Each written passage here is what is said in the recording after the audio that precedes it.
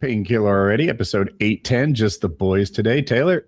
This episode of PKA is brought to you by Lock and Load, also our merchandise. Let's talk about the fat trash can lady.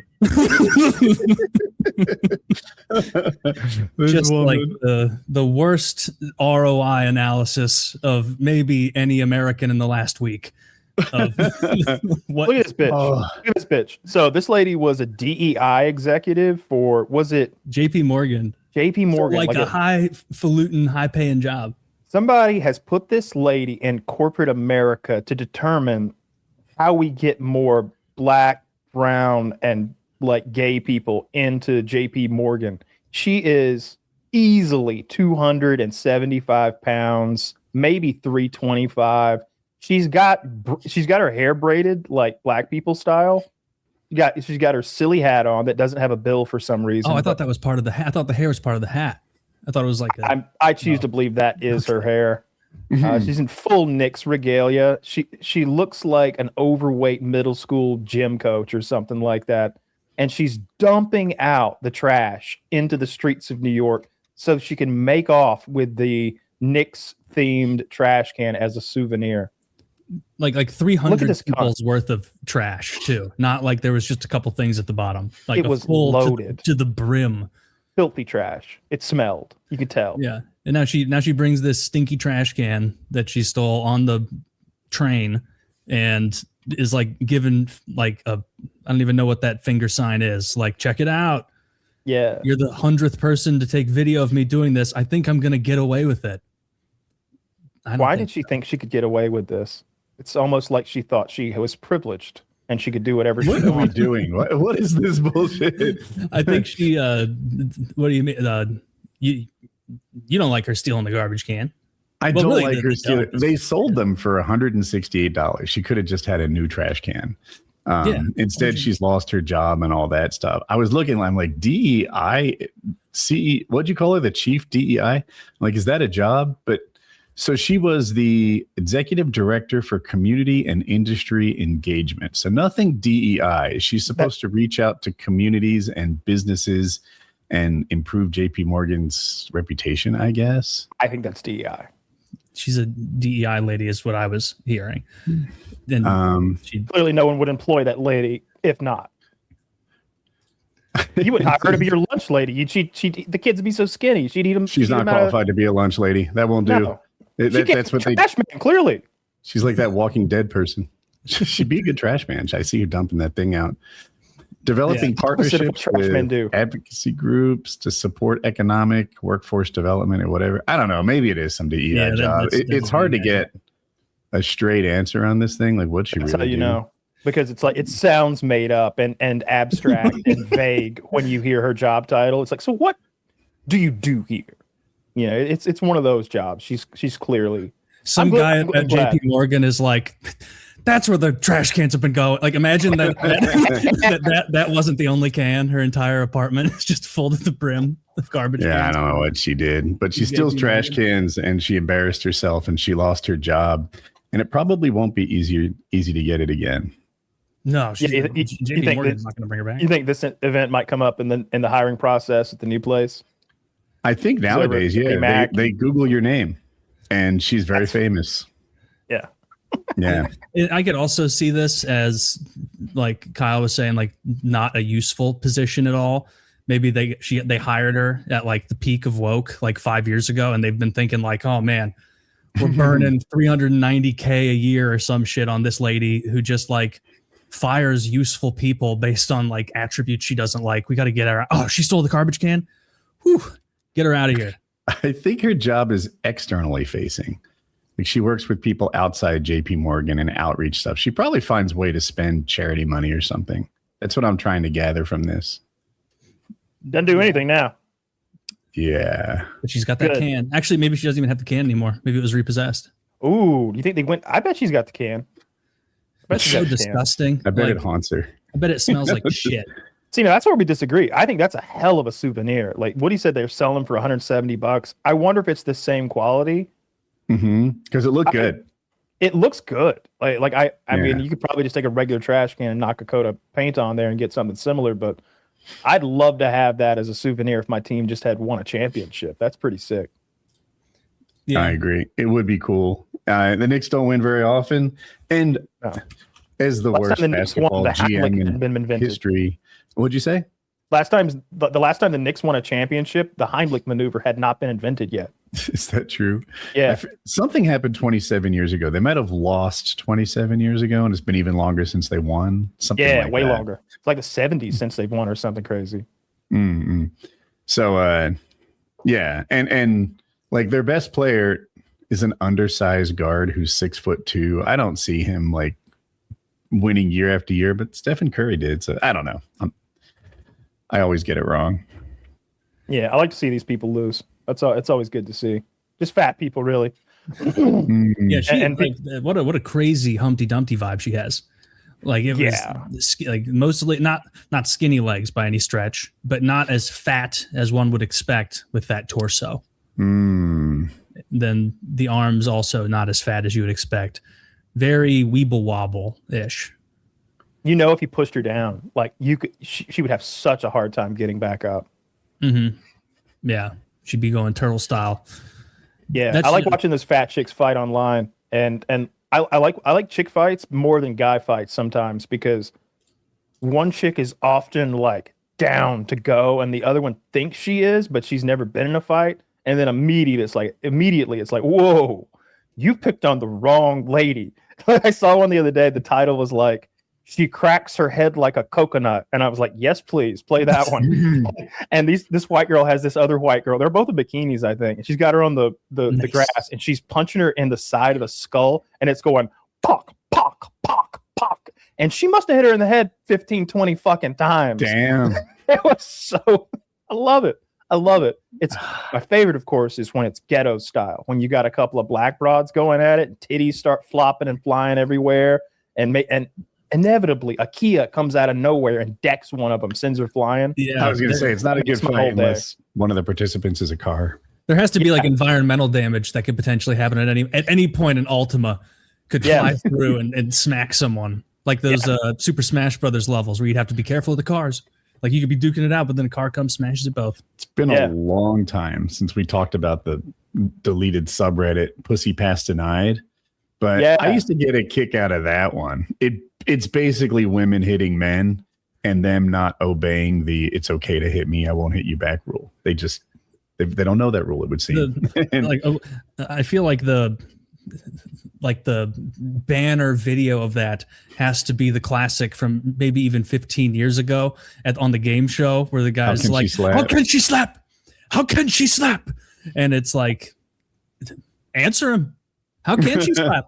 You know, clearly he could slap. Yeah, he's amazing at it. Oh, and then there's the other one. I don't know this game, but it involves a big metal bowl, like something you might put popcorn in. And like the guy and the girl are doing it. She wins and she hits him with this bowl so fucking hard it puts a big dent in it. And he's like, all right, noted. If I remember right, she wins the second time. Maybe it's bottle flipping or something. And she hits him with the dented bowl, which is now kind of strengthened by its new shape. Mm-hmm. Whacks him good. And then he wins. And it's like, oh, bitch, it's coming back times 10 now. And everyone goes wild because she's like, knocked out or something. Like she's stumbling. She is out. She gets it. He hits her with everything he has, and then he looks at the camera like, "Yeah, I did it." And I'm like, you know what? Like, she broke that bowl on you. She gets what's coming. Oh yeah, he broke that bowl on her too. Like It was like he hit her so hard. It was like when like Wile E. Coyote gets piano keys as teeth. Like just smashed her. He brought it down like Donkey Kong throwing a barrel, just smashed that bitch. And it was like if I recall, it seemed like a Korean, Japanese, they were Asians. And so I assume it was one of those weird Japanese game shows. And usually those are more lighthearted. It's like, you know, make a goofy shape so that you don't get knocked into the water and the pattern of the shape passes over you. Or do you think you'd be good at it? No. Me too. I'd be terrible. Maybe prime me could be better than average, but right now I can't do that shape reliably. I'm like not mic'd up, but you can still hear me yelling. I'm like, none of the head spots are big enough. You know how I move. I can't. It's reshaped on the other side of you. Yeah, that would be a fun one to try at like a Sky Zone style place. I'd give it a go. The tortilla slapping game where we hold the water in our mouths and we slap each other with tortillas. I like the game where everybody's blindfolded and they're kind of like in trash cans and they're occasionally popping up and like swinging a pool noodle or something at air because they can't see each other. And to the viewer, they're just alternating like weasels popping out of holes and swinging. Here's the one I like. They take a full water bottle, maybe even a little larger, like a 2-liter Coke, and they swing it from the ceiling. And they're all there blindfolded, dodging it based on like Jedi vibes. And the thing just swings back and forth until someone gets conked nicely in the head. And it's a blast. They overreact. It's a good time. I like that. The OG one of those that actually looked really dangerous and painful, because it was like on Jackass 2. Maybe it was even a Jackass 1, where they had all the guys put on blindfolds and go into a room and like it looked like an overflow room in like a hotel. And then they were all given like full weight medicine balls, and there was no goal to the game. It was just throw them as hard as you can. And then they had like a night vision camera showing all the action, and guys were getting like pummeled by, like, imagine that you're blindfolded and you go to throw your medicine ball as hard as you can, but then fucking Ryan Dunn 2 inches in front of you just hits you in the head with it on act. Like a 12-pound medicine ball is no joke. Like an adult man swinging that at you. Very funny. Jackass is doing their final movie. So they say. Good. They are. I mean, those guys are like. Isn't Johnny Knoxville like 54? Like, you can't pass the torch. They try to do that. And they, for like the last couple Jackasses, they've included these new people, and I never know who they are. Maybe they're into skating, like these guys are. Maybe they're into BMX. Maybe they're just like streamers or friends or something. I never know who these people are. There's always a woman involved who just lets you down at every turn. Yeah, I never want to see that. I always want to see the OGs. I want to see the original guys. I want to see Preston. I want to see Steve-O. I want to see Bam if possible. And Johnny's always been my favorite. Johnny was the one where it's like, this guy's too cool for the rest of these losers. What's he even doing here? Didn't he just make a movie with The Rock? Why is he getting knocked unconscious by a Brahma bull somewhere in the middle of the money, and the other people are just his staff? Yeah, kind of. Yeah, I mean, but he didn't let him down. He keeps making the movies. Like, clearly, Johnny's set. 55 now. Yeah, and I'm done with his routine. You said you don't want him to pass the torch. No one does it well. Well, then maybe someone can steal the torch by changing the formula a little bit, like a mix between. What the fuck is their show called? You just told me. Jackass and Impractical Jokers. I'd like to see a little more like unknowing civilian social pressure mixed in there some more. So really, when I think of it, I think of them like fucking throwing rat traps at each other's balls or something, and I'm just it's too stupid for me. You haven't watched it all. So I like the pranks where they've been doing it for a while, since maybe the second or third movie, where Johnny dresses as the old man and then they get a lady to dress as the old lady. And they sort of embarrass themselves in public. There's a really good one. It might be from a movie that Johnny did that's sort of Jackass adjacent, but he's, outside the grocery store, they have those little horsies you ride. You put a quarter in and it sort of moves back and forth. It's a super lame ride, but to like a 4-year-old, it's cool. He gets on one of those that they've tampered with, of course. And there's a crowd of people around because they're shopping, and it launches him like a rocket ship through a plate glass window and into like the restaurant or the furniture store or whatever that's parked out in front of. I mean, it's an explosion where he's launched dozens of feet, and he's 70 or something, like limping around. Everybody's freaking out. Like, I liked all those. Whenever they do the old man makeup, and they're really good at it. Like, nobody in public is like, it's just a guy in a suit. He looks like an old man. They kill it every time. That I really like. The old man one's good. And they do like. Guys, I'm sorry. Did you guys like the Impractical Jokers? I forget where I found it. Where there was link it. Someone linked a video where they wrestled a judo champion, like a judo Olympian. No. Oh yeah. No. You're right. Murr, it's his punishment. He has to like, I guess this judo woman champion was a big fan of the show and was like, you have to like come and be rude to me and pretend to be an ex, and I'm going to throw you through like an hors d'oeuvres table. That was Kayla Harrison. Yeah. That was UFC fighter Kayla Harrison, who's the big yoked blonde chick. Oh, okay. Yeah, she throws Murr at she's wearing like a wedding dress, not the bride's dress, but she's there at a wedding. The bridesmaid dress. And she like judo throws him into like a big table of food or something like that. The way I saw it, I thought she wasn't in on it. She was in on it. That was the idea. The idea was that it was to appear to everyone there that she wasn't in on it. Oh, I didn't see the It was like background. her and her husband, the groom, that were in on it, and nobody else knew what was up. And so he just, they're in Murr's ear and he's like, can I be done? And they're like, not yet, bud. Go tell her that her pussy stinks or like whatever. And they get thrown into the koi pond or whatever. All nonsense they were doing. Yeah, I like Impractical Jokers, but I've seen it all. I've seen all of the Impractical Jokers. When Chiz and I would go on vacation, that's how I first got exposed to it. Chiz and I'd be smoking weed on the couch and he'd season after season of that shit. Because there's like, I don't know how much of there is, but there's a lot of episodes every season, and there's a dozen or 20 seasons or something like that. Days of entertainment. I love that show. It's really good.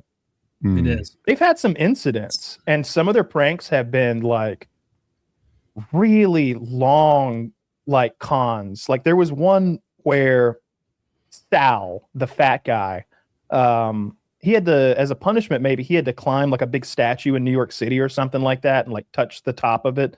And it was kind of precarious. It was a little dangerous, but he did it or whatever. Well, then they send actors off camera like a week later to pretend like they're from like the New York Antiquities and Park Service or something. Terrific. And they're like, we understand that you did a stunt of some kind where you disgraced the statue of so-and-so. And he's like, well, no, it's a little prank for our show. We're going to need you to come downtown. We're going to need to, and he's going to meetings over this, where they go through the whole meeting dry and everybody's staring at him like he's a terrorist. And like he's been going through these meetings for like weeks trying to decide how they're going to fine him or imprison him or what they're going to do to him to make restitution. And then it's only after that is it finally revealed on camera that like it's just a bit. Yeah. Even better, they had a bit where the Jokers are the boss and they have people coming to them trying to get a job, and then you make it silly. But you have to I think Murr had to flirt with the candidates, and there's a beautiful black lady who comes in for the job, and Murr's flirting with her. She's hitting it back. He's like, oh, I'm Murr and you're Kerr. 2 peas in a pod. She's like, we could be. We are 2 peas in a pod. And he's like, really? Yeah. We'd make a good couple. We sure would. What? Really? And then he's just like flabbergasted. She's beautiful. And at the end of it, he finds out now that's Sal's friend. He's so let down. It's sad. Well, and also it's like, come on, you're interviewing her for a job. Like even in the fantasy land, you're the one in charge of date. They scheduled a date. He's like, well, I'm going to the Philharmonic Orchestra. Me too. She's just like, I love the orchestra. I would love to go to that. I can never get tickets. Like, well, you could go with me. Oh, when? What night? Say less. And it's just like you can see him like get excited and be like, at the time he was sure. Yeah, but I think they've all struggled. Now Murr and Joe, they left at different times, and you kind of need the whole like quartet there to make it work. It doesn't work without the whole gang. Well, Joe's been gone for years. Yeah, that's when there has to be someone who could be good at it though. Like they're 3. Oh, okay. I miss Joe, but like they do a fine job with 3, and for a season or 2, it was sort of COVID times. They would have guys fill in, like guest comedians would come in and do stuff. I didn't care for that a bit, but I do miss Joe, but I think they do fine without him. Murr's still there. He just had that, like, Murr and Joe have had accusations against them for one thing or another, mostly light stuff, but it's like sexual assault stuff. Well, like pinching at the supermarket as part of a challenge. All right, Joe, go over there and slap her ass, whole hand. Camera stuff. All of us can attest that once you reach any level of fame, it's your obligation to beat terrible to women. Right. It was a top priority of mine. Just start mistreating all the women in my life ASAP. Start clipping balloons onto their bras, trying to take them off. That was a good bit. Yeah, that's a good feel good show. No one ever gets hurt other than those guys. I feel like if I was doing a show like that right now, I'd be targeting the reflecting pool. I feel like you get some real good bites there with some silliness. Oh my God. Like I'd be at the reflecting pool trying to like go right up at the edge of getting arrested, because they have undercover cops at the reflecting pool and soldiers who are arresting people for touching the water. Like push that guy in and then tattle on him. Into the pool. That would be funny to like just. You know the thing you do by the pool where you like push them and save them a little bit? Like if people, I almost went to federal penitentiary for that. Just like smash cut, you accidentally fall into, you're both like sopping wet in a holding cell. Like it was supposed to be funny. Like I saw a guy dressed as a frog. Like he had an enormous like mascot suit dressed as a frog, and he had a sign that said like, "Let's go algae," or "That's go hilarious. Algae go." And I'm just like, man, I get not liking Trump. I get thinking Trump is bad. I get protesting against Trump. You look like an imbecile. You look like an imbecile. Go algae, go. You're on the algae side. Hilarious. You look like a complete To root for algae is clearly a joke and pretty fucking funny. Like I've been loving the reflecting pool because Trump put his name personally all over this thing, right? He has this thing where he's uniquely qualified to solve these problems. No one on earth could redecorate DC like Donald Trump could. And it's been such a colossal and public failure. And he's lying to try to make it look like I've seen underground Antifa labs producing algae. You can buy that shit on Amazon. It's weird. He's talking about first it was a 250-foot slice in the ground that someone did with a knife. Mind you, not only is the reflection pool like surveilled constantly, it's live streamed constantly. Like you can go look at a live stream of the reflection pool right now. This never happened. But then the cut switched to 300 feet. And then the cut switched to 350 feet. And they're like, Trump, do you have any evidence of this 350-foot knife cut on the bottom of the pool? And he says, we'll produce it at the appropriate time. Dude, it's just a lie. No one cut the bottom like that. And he's lying to save his skin because they didn't do a good job. So what 43 people watching. He's laughing. Like this is one of those things where the left doesn't get it. Like, they're being led around by their tail on this one. He loves you complaining about his terrible pool he put in. Because the alternative is you talking about, he'll talk about it. He'll keep it going. He'll stoke those fires until the presidency's over. Because he lost the war. Happy to talk about it. Yeah, no, because he raped children, Woody. He started the children. Yeah, we lost the war in Iran, and he managed to bury the story about how the way he rapes women and children. But the reflecting pool is still a bad look for him because he sort of did this personal guarantee. He handpicked the contractor. He's known this guy for years, and he just gets caught in lie after lie, and then he makes up new lies. And I'm still baffled how no one is bothered by the way that he lies. I just don't care about the pool at all. Like it seems like the war being if they bulldozed it full of failure. If they filled it in, I'd be perfectly fine with that. Like just fill it in. Who fucking cares? That's a popular opinion. No one wants to get rid of the reflecting pool. I think they have two options. They either go full blast and manage it like a swimming pool that's just not healthy for wildlife, or they go full blast and make it like a pond that literally has, lily pads and shit like that in it. Then it won't reflect anything. Well, the first one will, but what you can't have is like this in between. Like you can't have a wildlife safe pool that doesn't have algae. What's the cleanest kind of shark? Now you've got a real thing to look at there. You could put tiger sharks in there. They can live for a very long time. It's not deep enough. Well, make it a little deeper. Like 3 feet. Now it's a big project. 4 feet? It's like 3 feet in the middle, if I recall, and like 18 inches near the edges. So it's kind of U-shaped in the middle. I'm not suggesting we actually put tiger sharks in there. I'm just saying we could. Right. Maybe all right. Sounds like you are. What about a bull shark? They can survive anywhere. They killed somebody in the Mississippi and Missouri at one point, according to some graph. Or something. According to some map where it's like shark attacks by state, and it's like, what the fuck happened in Missouri? The Ozarks are all freshwater, right? They have to be. It comes from the north, right? No, it was in the Mississippi. Tiger sharks can survive in fresh water for very long periods of time. There, yeah, not days or weeks, but years or something like that. Tiger sharks are, and they also, I think they're the ones that attack people the most on purpose. I think tiger sharks and bull sharks will eat bull people, sharks, whereas white sharks, I don't think a white shark has ever eaten a whole person. It's just that their exploratory bite before they figure out you're not a seal or a sea lion kills you, because they take a hunk out of your thigh or your femoral artery or whatever, and you bleed out in the ocean.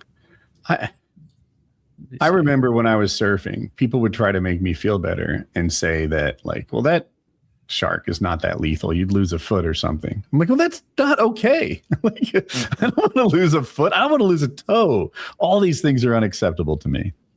Yeah. I don't want to lose anybody. You couldn't put tiger sharks in that pool. Some of these weigh up to like 2,000 pounds. Bull shark, put them in there bull shark 290, like 200 to 300 pounds. No way they could maintain the water quality for saltwater fish in there. They can't maintain the water. They can't keep it clear as it is. You can fill it full of catfish. They would survive. They always find a way. Yeah. What eats algae? They're algae eaters, but I just think there's so much algae and it's such a perfect environment for them. It would need to be stocked full of algae eaters. Yeah. And then they would die because there's no oxygenation happening. Yeah, then you got a bunch of dead fish. Then it's like I said on PKN, the whole problem is that the reason that Biden's estimate was like $100 million plus is because the core issue is the pipes underneath the pool. There's a whole drainage and filtration system underneath the pool that they're not running right now. That's, of course, it's algae because they're not filtering it. They're not. Those pipes are broken and cracked underground, and they leak. They said that's where the algae came from. They said it was in those pipes. Yeah, well, I know they said that. Wait, algae, but it would need sunlight, right? Or is it just like residual? I don't even know how that works. I think it's residual algae that had been filtered through the pipes, and then it starts leaking, and then they turn the filtration system on, and they clean everything out, and they turn it back on, and the algae gets shot out of the pipes back into there, and it's seeded the whole thing again. And then they treat it with hydrogen peroxide, which kills the fucking ducks because the ducks are shitting in there and like exacerbating things. But again, the whole problem is swimming pools across the world have no issue with this because they filter them. If they would just filter this thing, it would be fine, but they can't. So they slapped a coat of paint on it, literally, not even a good coat of paint, and then called it good for $14 million. And of course, instantly it goes back to green, just like any swimming pool would if you did the same. If you took an algae-filled swimming pool and your solution was not to turn the filter on, but to put a new liner in, and then you're like, oh, this should solve it, you know what would happen? It would be a well-lined, algae-filled swimming pool the next day. Or a poorly lined one. A good move. Or a poorly lined one. If I were in charge, I would have painted the bottom algae green. Now, who's the wiser? Now it's reflecting, and it's like that's what it's supposed to look like. Retard. How do you not get it? I think I'd go full wildlife. I know it's not a reflecting pool anymore, and probably some people wouldn't like it, but it'd be dope in other ways to see like the lily pads and the ducks. And there should be those machines you put a quarter in to get the duck feed and fish feed from all on the side of it. They should put like fish or something that are native to the region and turn it into a bit of a geological like attraction. Like, this is the marshland whoozy what's it lives here. Let me tell you a quick story. The New Jersey Aquarium came out. It was in Camden, and it was this idea to Camden's a terrible, terrible city in New Jersey, and they put a lot of investment in this aquarium to have a little bright shining light of it and hopefully start a turnaround. All the fish at the New Jersey Aquarium were native to the area. It was the worst aquarium I had ever seen. All the fish were brown. Some of them were gray. All of them were unattractive. You'd walk around as a guy that fucking loves fish more than anyone maybe fish. I'm like, this is terrible. Why am I looking at this fish? This isn't a decorative or interesting fish. This is just there's like flounder. Do you know what a flounder looks like? It lays on the bottom in the sand. You can barely see it and has one eye that faces up or two eyes or something. Like it's awful, ugly fish. And it was terrible. And they had to rebrand it. Like they're like New Jersey Aquarium now with colorful fish and rainbow colored posters and banners. Not just from New Jersey. It's like when you go to a really big. Maybe I'm in the minority on this. I just don't care. And if they bulldozed it full of dirt, I would be happy. Maybe not happy, but is that real? That's a flounder. That looks like the fish from The Simpsons that lives in the toxic waste. Well, it lays flat on the bottom, so it's evolved like that. I understand that, but it's like I'm expecting a third eye to be on the other side of the face. That's what the New Jersey Aquarium has now. Oh, look at that guy. Well, I don't know what that's supposed to be. That's flounder. That's flounder. Little Mermaid. Oh, yeah. Your favorite Disney film. That was pretty creative. That interpretation of a flounder for flounder. Yeah, because those were close. Terrible. It's like the boring aquarium reminded me of when you go to a giant Bass Pro and you're like, whoa, they've got an aquarium here, and you look at it for 2 seconds and it's like, oh, these are the bad fish. Like who gives a like hard disagree. A bunch of bass, neat. Like these are everywhere. I think it's cool. I always like I've seen those clips on TikTok of the Brits coming over and being amazed by everything American. And the one guy's in Bass Pro Shop. He's like, "This is my favorite store ever now." he's like looking at the fish and like looking at the turkey calls and stuff. I always liked it. I remember that guy that jumped in. Mm-hmm. Yeah. That guy's a hero. The Bass Aquarium is cool because it's in the pro shop, but it can't compete with like an aquarium's reef exhibit. Of course not. Yeah. Atlanta Aquarium, of course, has like the freshwater, like swampy place where you do have those boring fish. You go down that hallway, and I love the Atlanta Aquarium. It's got a little bit of everything. I think they got crocodiles now. I know they've got the dolphin thing where you can go swim with the dolphins and everything. The whale sharks, and the Atlanta Aquarium is so nice. The Atlanta Aquarium has a reef exhibit, and there's this one, I think it's a flamingi tang or something, but it's like an 18-inch, 2-foot, really colorful fish. And I swear this is true. That fish liked me more than everyone else there. He kept coming back. I'm watching him. He's watching me. We're bonding. Me and that flamingi tang, we're tight. I bet he does that with everyone. I heard he was a bit of a slut. He's a bit of a socialite. All the other fish are ugly. Aquariums are cool. We don't have a good one here. We have a great zoo, but the aquariums leaves a lot to be desired. I'll go to the zoo. The zoo is animal jail. It's depressing as fuck. Only for the smart animals and the polar bear. They shouldn't have a polar bear at the St. Louis Zoo. That thing is animals happier in the zoo. What animals are happier? Yeah, reptiles for sure. The prey animals. Reptiles for sure. Not the prey animals. They want to be out there fighting and fucking chasing things down. You're thinking of predators. Yeah. Oh, prey animals are in constant fear. Like they're living the dream. Yeah. Like, no danger. Yeah. If I'm like a caribou or something with a big zoo exhibit, like this is the best life I could possibly have. Yeah. I don't know. You're I think I want to live free. You don't even have to stretch anymore. All your food's nice and handy near the ground. I see them bring ice to the polar bears, and they just instantly roll around in it. And like, this is what my life should be all the time. It's sad. Yeah, they still have the. What do you think the largest distance polar bears ever swam is? I don't know, but I was about to say polar bears don't get ice in nature, and I'm glad I held that in. Hold on, that's for the fourth hour. That'd be pretty dumb. Imagine that. I hate the ice. Atlanta polar bears don't get ice in nature. That might be true. Yeah, they bring that big block out, and you're right. That is what they do. And the one we have here, half the time he's like in a cool room in the back, not even out for exhibit, because it's too hot and muggy here. And when he is out, it's like, at least give it like a buzz cut, like don't leave it long and shaggy and natural, because that's got to be hellish. It's a double coated animal. You can't shave that. You can shave a little bit. It doesn't grow back right. You couldn't shave it. It doesn't grow back right. It must grow. You made that up. Yeah. No, I know it's true for dogs. That's like wives' tale. Dogs that have double coats. My dog. Oh, your dog doesn't have a double coat. That's true. I didn't wait for that part. Yeah. What dogs have double coats? Like a husky? Pomeranians do. But lots of them do. Like I know because of Pomeranian. I don't know the list of dogs that have double coats, but I know you are not supposed to shave them because sometimes they don't grow back right and they develop skin issues and they can't regulate their body heat anymore because they're supposed to have this like super thermal layer like attached to their skin. Okay, well then don't buzz cut it, but give it a trim, an appropriate trim. Set it fucking free. Take it to the fucking North Pole and let it go. I don't know why we're holding them hostage like no one's ever like everybody knows what a polar bear looks like. Simplify your plan and just let it go.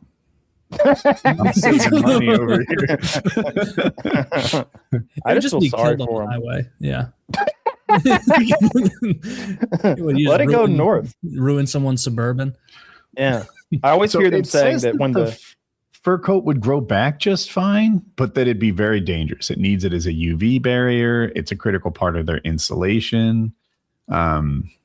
It's not really accounting for the fact that it lives in Atlanta in this thing, but yeah. Yeah. It'd be no good. Yeah, the vast majority of animals in the zoo are fine.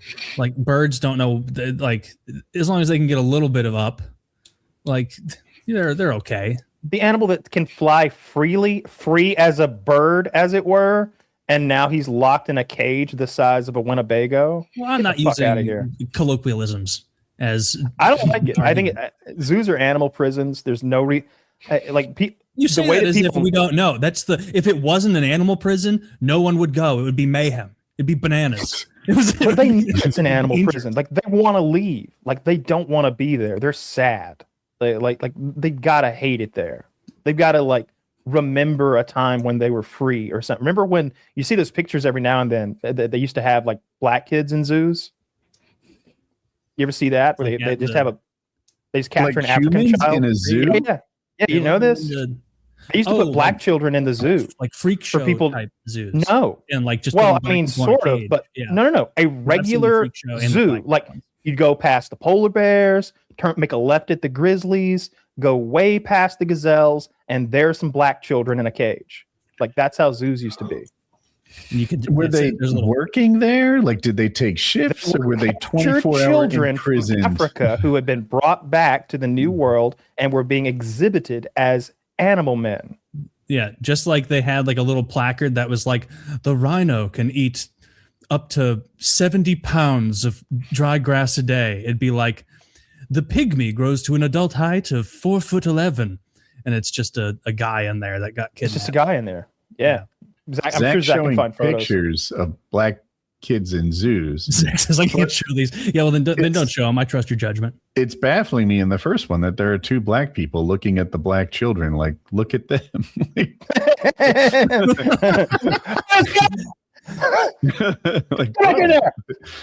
we gotta get out of here. See an empty exhibit over there, and that guy with the fucking pith helmet is looking at me funny. Yeah, I think we'll feel the same way about the fucking poor ass polar bears in 100 years as we do about seeing these poor black kids in a goddamn pool for these Brits to look at. I am confused by the two black people like at the exhibit. Like maybe that was a rival tribe. They're gloating. We have as many as you want. You say the word. They're dressed in like African clothes. Is that hat called a fez? A fez is the thing that the little monkey in Aladdin wears and that the Shriners wear. It's like that little cap that has the same shape, but a different. It's not like a red cat. It's like it's a kufi. I don't know. Oh, is that what it's called? I just made that up, but maybe.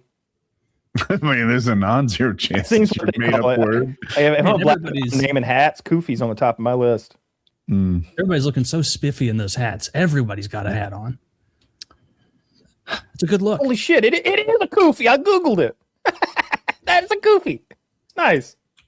I don't think you made it up. I don't think you landed on that by accident. I think you knew. No, this looks. I just googled it. It looks like Kufi is almost like the beanie cap that a lot of Muslims wear. Sent you a little link, like a little Wikipedia here. Look at that his link. The top one looks similar to the hat, but the bottom one doesn't. Oh, a difference in styles. Well, this one's got like Carhartt on the side. That's not real. That's not. Ever since Carhartt started making koofies, it ain't been the same in this country. Goofy work hat. It'd be a terrible work hat. Wouldn't be useful. Now back to my polar bear question. What's the longest distance you think a polar bear has ever swam? Oh, okay. I'm gonna guess it's All at once. Swam it? He swam it nonstop. Well, when I say nonstop, I mean he didn't take like a break and get off on land somewhere. It's like island hopping. I'm not talking about that. I feel like it's gonna be a wild answer, like 150 miles, but that's too crazy. Like even if he's in a heavy current or something, too much. So I'm gonna cut that by an order of magnitude, 15 miles. Okay, 600 miles. Taylor went over. Woody went under. 450 miles. It would. They had it radio tagged, so they know for sure. It would swim. It would lay on its back, take a little nap, and then swim some more. 450 miles. I wonder if it ate along the way. Nah. They're bears. They're really you know, good at getting fat as hell and then just like conserving for a while. Yeah. Because they fish. Bears fish. Not polar bears though. They eat those seals and stuff. Yeah. You know, really? Polar bears don't eat fish? No, there's no fish to get. I mean, there's fish in the Arctic. They live on the ocean. Yeah, but there's no way to get them out of there. They're down in there, and they eat sea lions. And seals. Do sea lions and seals both live up north? I don't know. Is that one of those splits? I know sea lions are the ones with the ugly eyes. Like they have those like bulbous eyes on the side, and then seals are the ones that look like friendly dogs. Yeah, like fur seals. I know they eat those. I see them like pop up out of their little holes in the ice. They got those nostrils on the front of their face, and they sort of like pop their head up and look around, see if everything's okay. It's real cute. I don't think they're as reliably friendly as they look like they are. I don't think so. You think they're dogs of the ocean, but they're actually wild animals. Mm-hmm. Yeah, there is a documented case of a sea lion killing a person. It grabbed that lady and took her down like 100 meters. I saw an AI video of like depicting that, and so many people online being like, "Grok, is this true?" And it's like the story included that she was alone at the time. Like, who do you think's filming? Who would have been filming this little endeavor? But yeah, that would be a terrifying death. Which AI program do you guys like the most? I just you're a Grok guy, right? I don't use AI very much. Like the on PKN when I like was fucking with it and was like, "There's a bear in my living room. Help! I'm in trouble. What do I do?" It's like, "Don't corner it. I've cornered it. What next?" Like that was the first time I've used AI in probably 2 months. I just don't use it very much. Or the only time I'll use it is if I can't find a good result on Google. I'll just search the exact same thing in Grok and then scroll to the bottom, and it aggregates all the non-advertising links that it pulled from, and then you can just click through that. I use it almost every day. It's almost always for cooking. Little simple questions about like the meal I'm making. Like if I'm making like a beef stew that has mushrooms in it, it's like, hey, when do I cook the mushrooms? Because shouldn't I saute them first so I get all the moisture out? And they're like, yes, that's exactly what you want to do. Okay, well, do I put the beef in first and then saute the mushrooms in the beef, like grease or whatever? And yeah, and like going through those steps. Good call, Kyle. Yeah, exactly. I feel like you're just getting confirmed, which is what it does. I use it. I need it to tell me so I don't have like chewy mushrooms in my soup or whatever.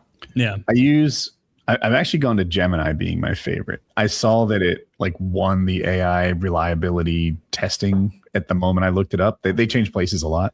Mm-hmm. So it made me try it and I liked it. I use ChatGPT a lot too. Gemini is a little better with like sex stuff. You ask ChatGPT almost like medical sex questions and it gives you this big answer, then instantly erases it and says it's redacted. I'm like, fuck. Yeah, it doesn't want to talk about sex stuff. ChatGPT. It's will it make like inappropriate images? Not necessarily porn, but just like I've had ChatGPT make some awful things for me before. I don't even know how to make pictures, and when I ask it to, a lot of times it just gets in a like. It's been months since I've tried, but like it just got into a cycle that never created the picture. ChatGPT is great for pictures. I'll just instantly be like, "Hey, draw me a picture." No. I did. I was paying the like $20 a month, but I don't notice any difference now that I've stopped paying for it. I'm sure there is. Maybe it's slower. Maybe I don't have as many maybe there's a limited amount of questions I can ask or something, but I've never reached that limit because, like I said, I'm usually 2 or 3 questions and I'm done. I still run into the problem where when I'm a subject matter expert, it's terrible. So I ask it a lot of science questions, which I think it's particularly good with because that's relatively stable as opposed to news or video games or something where it's also new. But I'm scientifically illiterate enough not to know if its explanation of gravity is close but wrong or something like that. Well, you're not going to get an explanation of gravity anyway. I don't think our scientists fully understand that. They don't. No. I've listened to enough. I've listened to enough interviews with Michio Kaku, especially when he used to be on the Opie and Anthony show, and he's like a theoretical physicist. And they would ask him like straightforward things, and he'd be like, the universe, it is a mystery. And it's like, can you answer? And Jimmy, after he would leave, would be like, can you answer one fucking thing about the universe? Just one, without saying that it's a wonderful universal, mystery. Just one bit of like hard evidence. That's what they do, theoretical physicists, right? They're just out there just winging it. What if this? What if that? No. Heck if I know. I don't know. They're trying to make their math match their observations, and there's a couple of different ways of measuring things. They don't add up is the problem. So they don't. Yeah, when things go to the quantum level, all of a sudden Newtonian physics don't work at all, and the math doesn't math. And so there's physics, right? What did I say?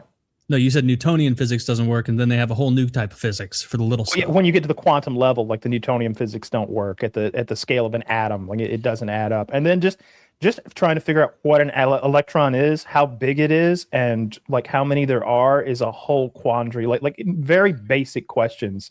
They're like, well, we think this, but we are divided. And there's like multiple schools of thought for almost the most basic things when it comes to quantum physics. There's one guy who thinks there's only one electron at all. I did a whole test in the universe. Valence shells. Wait, one electron? Not even one per atom, just one period? Just one. Oh. And it is in all periods of time, and it is in all atoms simultaneously, and it doesn't materialize until it's measured. I know that electrons are best visualized as a cloud, where you don't know where it is at any point. It's a probability cloud when you're trying to figure out where an electron is. It's not a place. I visualize it. What was it? Covalent bonds, where you have like the different number of electrons in the rings, and you can like a solar system, but miniature, with a core in the middle, and apparently that's not right at all. It's supposed to be a cloud of some sort. Oh yeah, that is absolutely true. It definitely is a probability cloud that the electron quasi exists in, and it's only in any place once measured. Quantum physics is a head fuck, and it when you hear them talk about it a lot, and they're not even talking about simulation theory, you're like, this sounds like a video game. This sounds like how you code a video game. How you don't need to you waste processing speed on something that the player can't see. There's no reason to like form that thing down the hallway to the left until we get down the hallway. So only when you get down the hallway and measure something does it actually pop into actual reality. It's one of the reasons that I think the simulation theory just sounds right. Little things like that. Can you imagine how easy those valence shell tests would have been if you agreed with John Archibald Wheeler? Like, when you had to put the electrons in the shells and everything in chemistry, and then it would be, and then you'd have to, like, for him, you would just put like one at the top of the page and be like, it could be anywhere at any time. Yeah, this guy's wrong, dude. It seems like nobody likes. Yeah, nobody cosigns there's only one electron thing, but it is a probability cloud. It's you never know where an electron is. One isn't enough. I'm going to coin the 28 electron universe. Total. Yeah. Yeah, total. That's enough. They can bounce around. Yeah, that's silly. He was just sitting around one day and he's like, this is going to blow people's mind. Does it make sense, John? Oh, not even a little at the beginning. Like, but we're going to roll with it. See if people can disprove it. I saw Elon talking about going to Mars again yesterday. I really hope they do it. I would love to see them do it, but I just don't believe. I don't believe a word he says.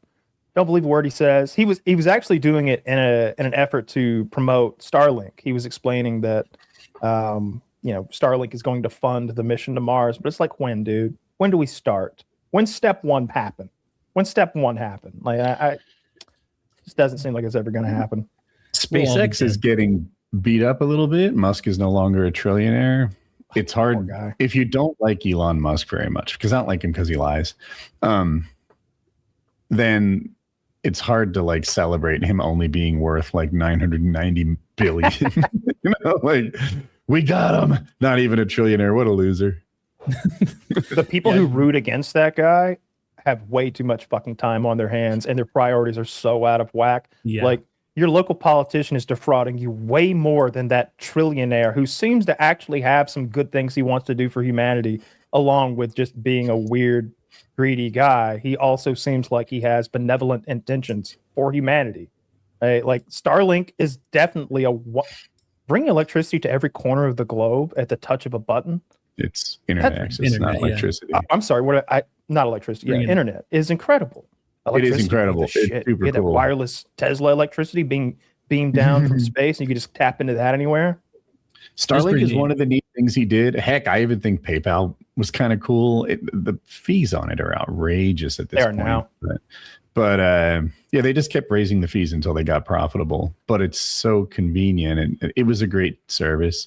And then Tesla itself, the cars, like, pretty dope, just filled with lies.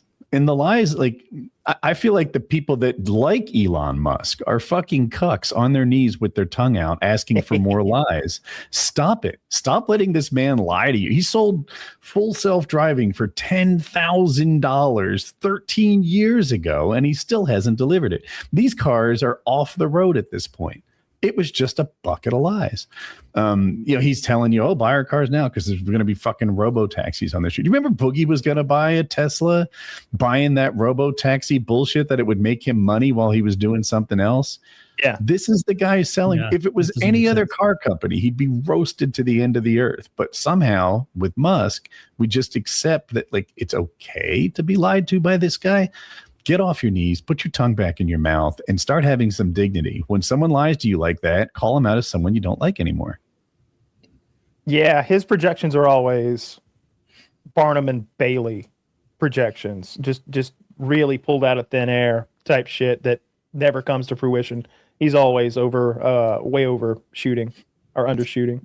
Yeah, I felt like a fucking retard getting into a Uber the other day because I haven't like driven in Teslas very much, and I'm like, how do I work the handle? And it's like, you gotta push on this side, and then it pops out, and it's like, all right, make an ass of me, fool me once, I won't do that again. Was it cool? Yeah, it was pretty neat. Yeah, it was just, some guy driving it. It's a little weird how quiet it is. Like, there's but it also, they must do a pretty good job of, or at least this model, of getting rid of the highway noise. Because that was my thought before I had driven in one more than a couple of times. This is the first time I think I've been in an Uber in one. Because I've been in an Uber in one before, but never on like a real highway stretch that would make a lot of noise. Not a lot of highway noise, which would have been my thought of like, this thing is going to, without the engine ambient noise to like rumble a bit, you're just gonna be hearing wind and nonsense on the road. But it's a pretty nice car. Yeah, the SpaceX shit, he needs to accelerate it, get us to Mars faster. It's going too slow. I like that he brought a lot of free speech back to Twitter. That's the best thing he's ever done. I wish he'd buy Reddit. And sort out all the weird like platform on the internet. all those weird mods and admins where you've got like 15 guys running 75% of the subreddits or something like that. There's definitely some sort of. Well, it used to be 15 guys and one girl, Ghislaine Maxwell. Yeah, like stuff like that is a bad look. I wish he'd buy Reddit. I bet it'd be cheap. Yeah. Every so often, like when comparatively to Twitter or something, is wealth. It's because Reddit would be cheaper because Reddit users are the least valuable like consumer base, and so like a Facebook user, super valuable. It can be very expensive to advertise on Facebook because there's so much specificity to it. Instagram less so. Twitter, less so than that, unless it's changed in the last few years. Last time I checked, Reddit's at the bottom because it's just the least likely to convert. And also the platform itself doesn't lend itself to effective advertising because I buy stuff you off just Reddit. scroll right past it. Do you buy stuff off Reddit? Yeah, I'm struggling to think of the exact examples, but I'll occasionally click the link and get the thing. It'll be like the underwear where you can tuck your penis and look like a girl. Those Gap panties do get advertised to me for sure. Wait, what? You're there? That's like in the middle of like you're scrolling through like NCAA football, and yeah, it's like genuinely like it's terribly targeted. I know you've got the same ads. I choose not to incriminate myself. You've also got the cock tucking panty ads. We both have. Would you like your I dick just and made balls? that example up. I didn't know people were getting it. Yeah, like your dick and balls to be even more uncomfortable in the summer. Try this. Well, it's for trans people. It's for trans people who are trying to like tuck all the way in there. There's like this, and the inside of the panty, there's like a rubberized like material so that you once you're tucked, your dick stays there because there's a little bit of friction. It doesn't just pop back Then out. you're Like gonna it be would. sure to be It's a mankini with like a grip on the inside, like Kyle said. They do a whole thing where they like push their balls up into their body and like there's like an origami technique for your cock and balls to like fold them all the way in. Wow. I think I did that when I was a little kid. That can't be good for your balls. They're supposed to be out and about. You know, there's a reason they're hanging. Like fertility is at the top of their list of priorities. They're on like HRT. I don't know. What if that can't be the only reason? What if it gives you ball cancer or something? I mean, cancer.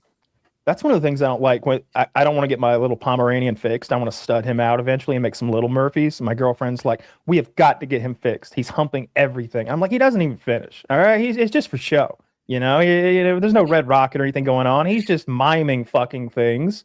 And she's like, well, it's a cancer risk for them to have testicles. And I'm like, yeah, but it's not like testicles cause brain cancer. Testicles get testicle cancer. So, of course, removing the testicles eliminates the risk of testicle cancer. Get out of here. That's bullshit. Leave his little Hold testes on. on. I have an idea for curing brain cancer. It just came to me. I'm keeping it to myself. I'm not telling anyone. Poor little guy. Keep his little balls. Yeah, our dogs are going to need to get fixed soon. I think we're going to do the girl first. We would have done the boy first because he's shown literally cumulatively in his life like 6 seconds of aggression, but it's scary. He's a big dog. And, you know, when he barks at his sister, we're like, that kind of behavior gets your nuts removed, bro. But Toby's really good about aggression. He needs his balls to recover from the surgery that on his shoulder. So we'll probably do her first so that he can be intact. Yeah. Toby has occasionally shown aggression, but if you throw food on the floor and they're all like going for it, there's no problem 99.9% of the time. But my girlfriend made like chocolate covered strawberries the other day, and she's like cutting the backs off the strawberries that she's not going to eat and giving them to the dogs. And Toby like and like got the other big dog a little bit, like didn't hurt or anything, but she's like wet from him biting and he's wet from her biting. Like they went like 3/4 speed. And that was a little scary. I like grab Toby and pick him way up in the air and like spin away with him, knock like 3 plates and a glass off the counter and shatter him on the floor. Now everybody's running around in broken glass. It's a whole fucking debacle. My dogs are annoying as shit. Like, I love them to death. I love them to death. But like this morning at 4 a.m., I let them out to go piss. Murphy, the little Pomeranian, he goes down into what I call the fern gully. In the back end of my yard, it's like really overgrown and it's like kudzu and they like to go in there and like sniff around. The Pomeranian goes in there and sits down at 4 a.m. and won't come out. You can't go in there. Like you genuinely, like you'll fall and hurt yourself if you try to go into this thick area. He didn't come out for an hour and 20 minutes. He came out at 5:20 a.m. happy as a lark. Just came in like smiling and panting like, I had the best time ever in the fern gully. Little cocksucker. I'm afraid a possum or something's gonna whoop his ass. Like he's too little to defend himself out there. So I have to leave the big dogs with him to defend him in case he picks a fight with something. Does he ever come out covered in ticks? No, never. They're all like take a pill that fixes all that. My dog They go outside for extended periods all the time. They're Great Danes, and we have a big yard. So it's like, yeah, let them roam. I don't care. They're fine. We have an electric fence, so they don't go anywhere. And they gallop around, do their thing, come back exhausted, sweating. Well, they don't sweat, but they pant. Mine are mean to the neighbors, so I can't leave them out there all day. They'll like go crazy on. He like grabs the chain link fence with his mouth, and he's like like pulling it. He's trying to pull the chain link fence off the pole so he can go kill the neighbor lady, who is just a sweet little lady who's just like, "Oh, hello there. Is it a pool mix?" And I'm like, "Please don't come any closer." You think he'd hurt her?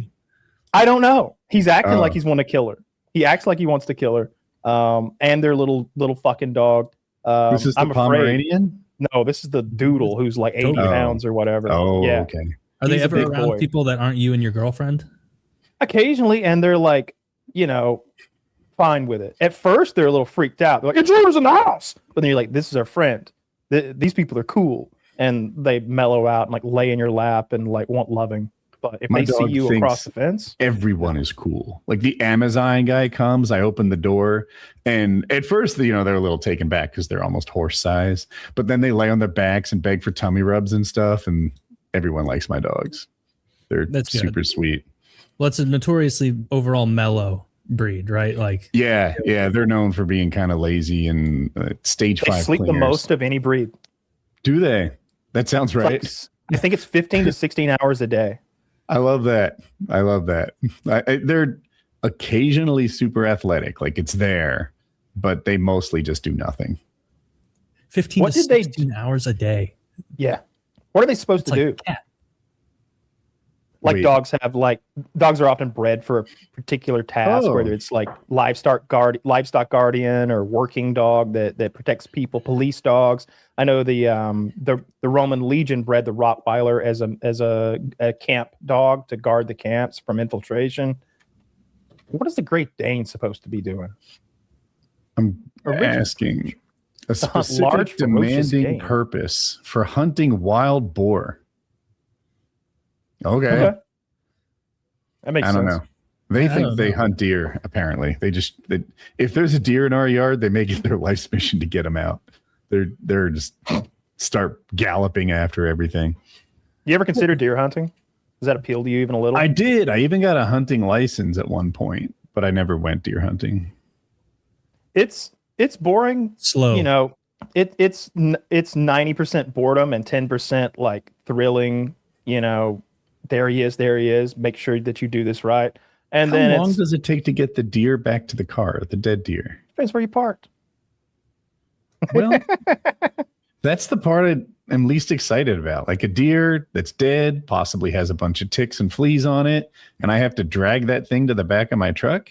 Not a big deal. It's really not. Like I've drugged them miles before. And then I've also been able to drive like a truck right up to them and just throw it in the bed of the truck. They're not that big down here. Like in the Southeast, I don't know what to call their weight, but it's like big dog size sometimes. Like they're not. Little.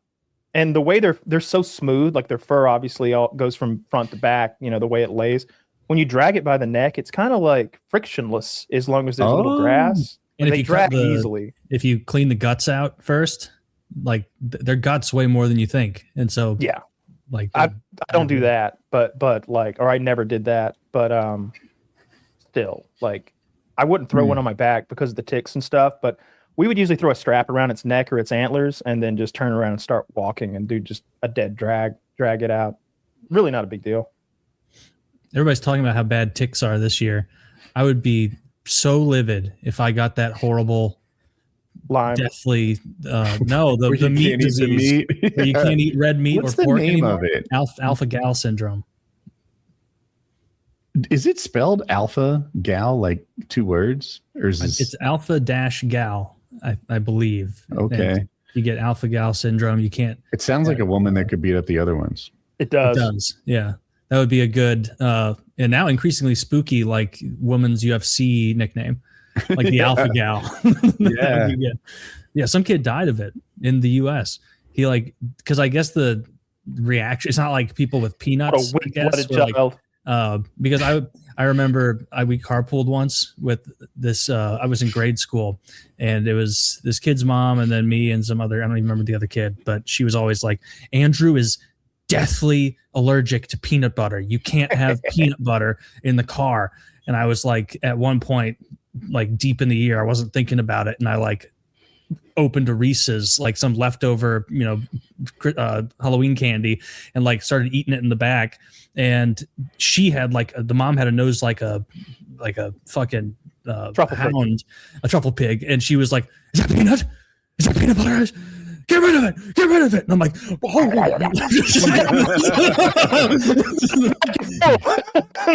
You want me to roll down the window? That would spread the particles. That would just spread the particles about. But no, the kid was fucking fine. But this the guy who died of it, he was like some teenager, and I guess he ate a burger or a steak or something, and then he went into like anaphylactic shock like hours and hours later, and no one knew what was going on, and he died. Pretty fucked up. Like a kid? I think he was like a teenager, so like 16 years old. That's weak blood. Have you seen the? I saw the most with the disease. Yeah, he was infected with the horrible disease. Figure it out. All right. And you don't always know you don't know you have it until you're. It's clear once you go into anaphylactic shock. Like your throat swells up, your head swells up. You get all red and puffy. You can't talk or breathe. He didn't know he had alpha-gal syndrome. Is what he was saying. Yeah, he didn't know he had that, and I think it was like in the middle of the night. I'd have to look up the story to remember, and then like he was just dead. I saw like the most dystopian like TED Talk kind of thing with like these two scientists that were talking about alpha gal, and it was like the two most ghoulish people on it. It wouldn't get through Hollywood because they'd be like, no one's this evil, and they were like cheerfully like chatting and just as if they were talking about like their most recent trip to the beach. Like, well, I think it's morally correct to release as many of these into the populace as possible to save the world. And if there will be people, unfortunately, who are hit with it, and it becomes a serious thing. But at this point, the world's going to end in 2020. I'm sorry, what year? 2030. And so we really have to get, let's just do it. And they're like, that's true. It's really it's really a what was the argument question that by exposing everyone to alpha gal, you would somehow by increasing the amount of people who couldn't eat red meat, that they would save the world from cow farts. Oh my God, that is ghoulish. Despicable. And they were like, they were framing it like smiling, this skinny little piece of shit. Like, it was like under his name, it was like bioethicist. And it's like under the jail. Like just you give a talk like that. Nah, you can't be trusted. You can't go back to the lab, sir. We don't know what you're up to in there. Actually, we do know what you're up to. That's the problem. How about a super flu to thin the Asians out? Like that's what we really need. A super flu to thin the Asians out. Yeah. Well, these people, they really seem to be Western focused in their desire for demise. But why the Asians? Too many of them. Most of them. Yeah. India just keeps on growing and growing. No, their population growth dropped. Oh, wow. Oh, yeah. Yeah, I don't think they're making a replacement rate anymore. I read a whole thing about their population growth dropping. China has an issue like that too. Like their population's aging, and they're not like it all shifting towards the aged part of their. Japan and Korea, I think, are the worst. Mm-hmm. Everywhere except Africa, I think. Yeah, having an aging population. They power through AIDS over there. It's incredible. Power through AIDS. Yeah, you think the AIDS would be thinning them out? Well, they get a lot of support too, and so not anymore. We cut that off. No, I think they still get a lot. Not from us. I know Trump cut off. Musk cut off. I saw an article the other day. It was like, because of Elon Musk, more than 250,000 Africans have died in the past year alone. I was like, is that all? Gotta feed the Americans. Give that money to us. Get us all happy and healthy. Yeah, get us all reflecting pools. Let's start a war. Put the money there. But it should be one that no one likes. Mm-hmm. And I like the way you're thinking. Is at the behest of a foreign nation. Yes. Be led around like a dog on a leash. And let's lose it. And let's spend a tremendous amount and then have nothing meaningful change. And then is there a way we could be on the hook for 300 billion? Because that'd be great. Hang on, Michael Bay's making a movie though. I think it's Michael Bay. He's making the movie about the pilot who was shot down and the rescue mission. I watched a video about that rescue mission. It's movie worthy. The Transformers guy? Well, action movie guy. He's done all sorts of stuff. That's all I know him from. Yeah, well, Michael Bay's known for big bombastic films with lots of explosions. I think he's the one making it. But the story of how that pilot was shot down and subsequently rescued is movie worthy. First of all, that's the same pilot who was shot down the week before by friendly fire in Kuwait or whatever. The same guy then gets shot down a week later in a different plane behind enemy lines. And the enemy is closing in on him from every direction. He's climbed to the top of a mountain peak to use his super secret signaling method. They claim they use some sort of heartbeat sensing magic ray to find him. Who knows if that's true or propaganda. And then Rainbow Six. And then there's a full-on battle, and they land multiple aircraft at a makeshift runway nearby. Several of them go like won't work, so they have to blow them up. We have to send in helicopters with machine guns to fight off like tons of Iranians in like armored trucks and with anti-aircraft capabilities. The way it got shot down, according to the pilot, it was a drone formation shaped like a jellyfish, working in symphony together, creating an airborne minefield that closed in on him and blew him out of the air. He got shot down twice in like 7 days.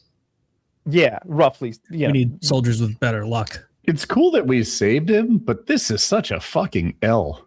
Like the fact that they shot the thing down with cheap drones, and then we probably spent as much as the plane to rescue the guy.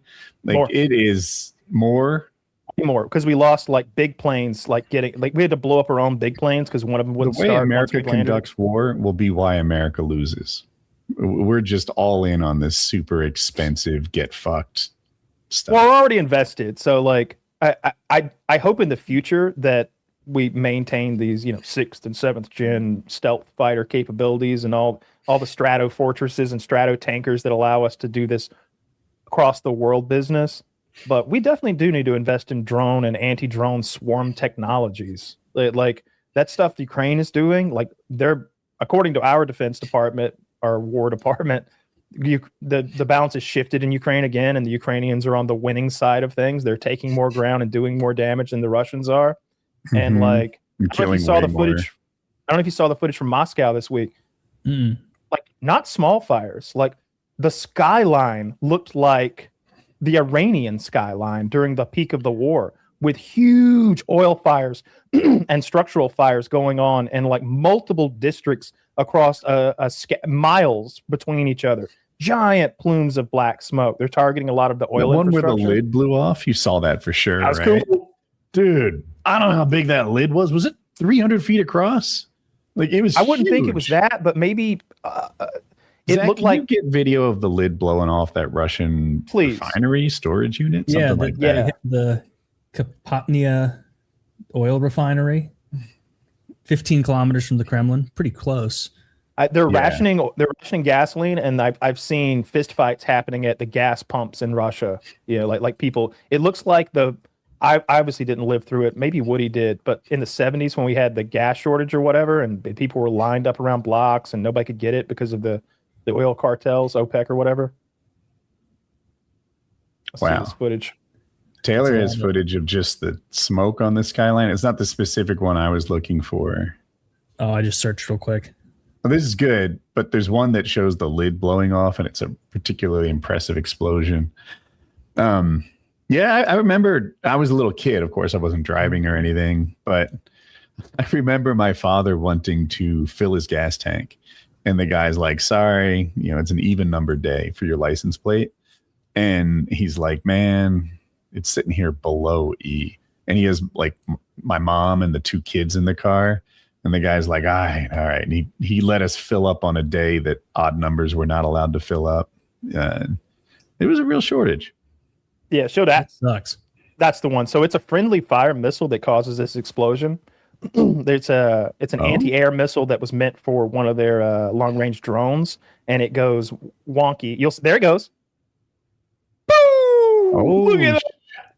Oh, it's so symmetrical. Oh, I love it. It's 300 feet. I do now. It's so big. Maybe not 300, maybe 150, maybe 200. It looks huge. It's how tall that chimney is. Yeah.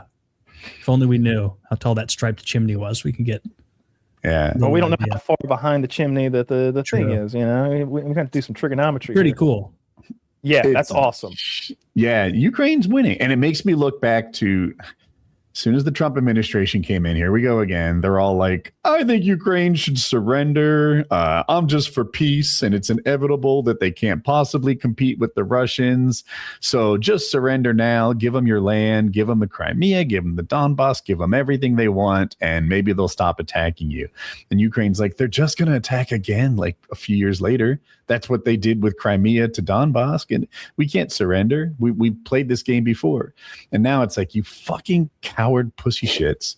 You wanted to surrender? They're winning now. They're taking back the land. They've got them on the run. They're attacking Moscow. They've got long range drones. Like, yeah, they're blowing up their trucks while they're coming across the water. It's seemingly they've cleaned out the ocean waters there from the Russians at the beginning of the war had that whole fleet of warships off the coast. They had to leave. The ones they didn't blow up had to leave. Yeah, it seems like they're doing really well. I think Trump sees these global issues as like person to person, individual to individual kind of things. Like, and because he's tight-ish with Putin, I think he just sides with Putin, instead of like looking at world history and who the fucking Soviets were and who Vladimir Putin is and what he did before he was the president / dictator warlord of the largest landmass on the planet. And get out of here. That's not a guy you can be chill with. There's a great quote from Putin where he's like, you think because we look the same that we think the same. We don't think the same. And it's like, this is a different fucking culture. Just because these are white people does not mean they're your boys. Okay. You got way more in common with some tribesmen in Africa than you do with that ghoul running Moscow right now. Like that guy's evil. Clearly that guy was a KGB agent. You think that's a guy who doesn't think back on the Cold War fondly? That was the good old days for him. Trump's definitely because they had particularly vulnerable to being seduced by Putin and Netanyahu, and just sides with those guys. And it's his susceptibility to praise that I think that's true. The susceptibility to praise is huge. I think if you come in there and we've seen it from like organizations like FIFA, for example. Someone at FIFA did a fucking psychological workup on Trump, and they were like, how do we deal with this guy? And they're like, flattery, bribery, ass kissery. These are the things that he loves. The FIFA Peace Prize, that's what he won. They made up a medal. Why is a soccer organization giving out peace prizes? Because they want to be treated well when they have the World Cup in our country. No, but it would be extra funny if this was the only time they had a peace prize. It is. They invented a soccer peace prize. It was never a thing. Give him a partition. Here's what it is. If you remember, FIFA made up a participation trophy right after the Nobel Prize went to that Venezuelan woman. He was so upset about that Venezuelan freedom fighting woman who wanted to bring democracy to her country winning the thing that he bitched and moaned about it to the point where she gave him the medal. You may remember, like somehow he got her to give him his medal, and the Nobel organization has to be like, they're non-transferable, just in case anybody's wondering. You can't just you can give it to someone, but like that doesn't mean it's theirs now. Like they won it that year. You know what I mean? Like this is bullshit and a half. And FIFA was like, oh, you want a peace medal? We got your peace medal. Hey, crank one of the medals out and give it to Trump. And they did. And he's just like, he's holding it like, oh, I'm so proud to receive that. He's so susceptible to flattery. Ball on the top. They gave him one of those too. They gave him some sort of a soccer ball. They've given him multiple made-up trophies. He's literally a participation trophy president. Can you imagine how furious the world is going to be and I don't know enough about it, but it seems like we're actually doing well, like the U.S. in the World Cup.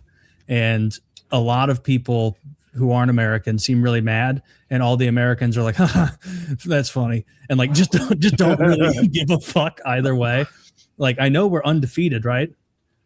I googled it because I didn't know if we'd lost every game or won every game, so I googled it. The U.S. men's team is doing exceptionally well in the 2026 Cup. They have already clinched a spot in the round of 32 with a game to spare, winning both of their opening group stage matches and securing first place in Group D. So I don't even know how many groups there are. Obviously, it's not my thing. They beat Paraguay 4-1, according to this, and I can't find it, but I saw this chart of odds of winning the cup over time. And there are like 5 or 6 countries that are at the very top, and then whatever, 27 countries all sort of at the bottom. And the US has gone from one of those bottom countries to a middle spot of its own, but below the 5 or 6 that are expected to really compete. Yeah. I care so little. I really, if we were knocked out immediately versus winning the whole thing, I would receive no more or less dopamine. I just don't care at all. You don't think it would be funny if we won the thing that none of us care about and the rest of the world cares very deeply about? That's an angle I can get behind. But like, if you don't include that, then I'm about as joyful as if whatever Atlanta's women's basketball team, if they were to win the championship, it would be like, who fucking cares? Did we win the cornhole cup as well? Like I just don't care. Yeah. How's our darts squad? Like, did we raise the most barley this year? Oh, #1 in barley. Like, I just don't fucking care. It's a silly thing. We play Turkey tonight. Seems like they only play like once a week. Like, I don't understand how the scheduling works. They just play a game and then wait 8 days and then play another one. But it looks like Turkey sucks. So nice. I wonder if we got in a easier to compete bracket of some sort. Like, I've read online from like soccer fans, and they seemed to be saying that like the host country usually doesn't get hammered with like, oh, you're in a group with Portugal, Spain, Brazil, and Germany, and it's in France or whatever. Like Argentina, Argentina, I should have remembered them, but I think those are the heavy hitters, right? France, Spain, maybe, and England. No, England isn't one of the top. France and Spain are often strong. Argentina's the defending champs. Portugal Brazil's has always in it. Ronaldo. I don't know if he's still good because he's been around. Yeah, me too. I'm like, I know he was one of the best ever, and in that conversation of best ever, but today probably not. And then here it is. I was right. The power rankings are France, Argentina, Spain, and then England in that order. Oh damn! I thought England was having. I thought I saw something online. They weren't doing well, but I also, again, not been putting much effort. All my World Cup doing well stuff is like that seeing Japanese people stoked to try barbecue. Like that's apparently England's version of not doing well is going from the 2nd place team to the 4th place team. But again, I don't give a shit. Germany lost to Ecuador. Wow, what an upset! Probably. Perhaps. Whoa, a blowout. Oh, 2-0. It's a barn burner. I wonder if there's some other stats soccer people look at, like amount of time spent in the offensive zone. Like, I'd be curious about that. Shots on goal would be the most interesting stat to me because I don't care about all that footy ball that's going on in the middle of the field. I only care about the scoring opportunities. When I see a guy get like 8 saves or something, I'm like, I just imagining the adrenaline that must be going through him. We did that reaction time thing the other day, trying to click and get below 200 milliseconds. It's like, I'd love to know what his reaction times are. I bet like on top of his game sense and just being able to read like what's coming. Like I bet that guy's reaction times are stellar. I've seen F1 guys do tests where they catch the falling like things. They're like the best at it. Yes. And I've seen them drive, where like out of nowhere, the guy in front, and they steer around stuff. And like, I just know is that footage sped up? When I see that, I'm like, we're probably talking about the exact same clip. It's raining. And suddenly, like the car in front of them has done something and has really lost a lot of momentum. And the guy is just like, zoom. Like he jerks the wheel and like avoids and then is back on path in an instant. It's so fast. It's over before he can react. Qualifying a lot. So if you don't know anything about F1, maybe listeners, the starting order is determined by kind of a time trial the day before. So they all race around the track and go for the best time possible. The thing is, not everyone is racing at the same time. So you're going for your best time ever, and I'm out there just kind of collecting myself between real efforts. And that means that you can catch me, and I can, it can be dangerous. Okay. Now, I'm supposed to be off the racing line, but shit happens. I like that they do the rain driving, like that they don't. Yes. That they keep going, I guess. Yeah, they race in really heavy rain. And what's really neat is a lot of times, an F1 race is really between like 6 people. There's 22 drivers right now, but only 6 have a chance to win. In the rain, that's turned upside down. It doesn't really matter that you have 15 more horsepower than me, and that makes me uncompetitive. Nope. In the rain, sometimes some midfield driver back. Maybe tires? Midfield. I'm sure there's like wet. There's like bad the tires are tires. Standard. Yeah, there are rain tires, but they don't get to choose their own tires. They're provided, so there's no like competitive advantage there aside from strategy. Switch.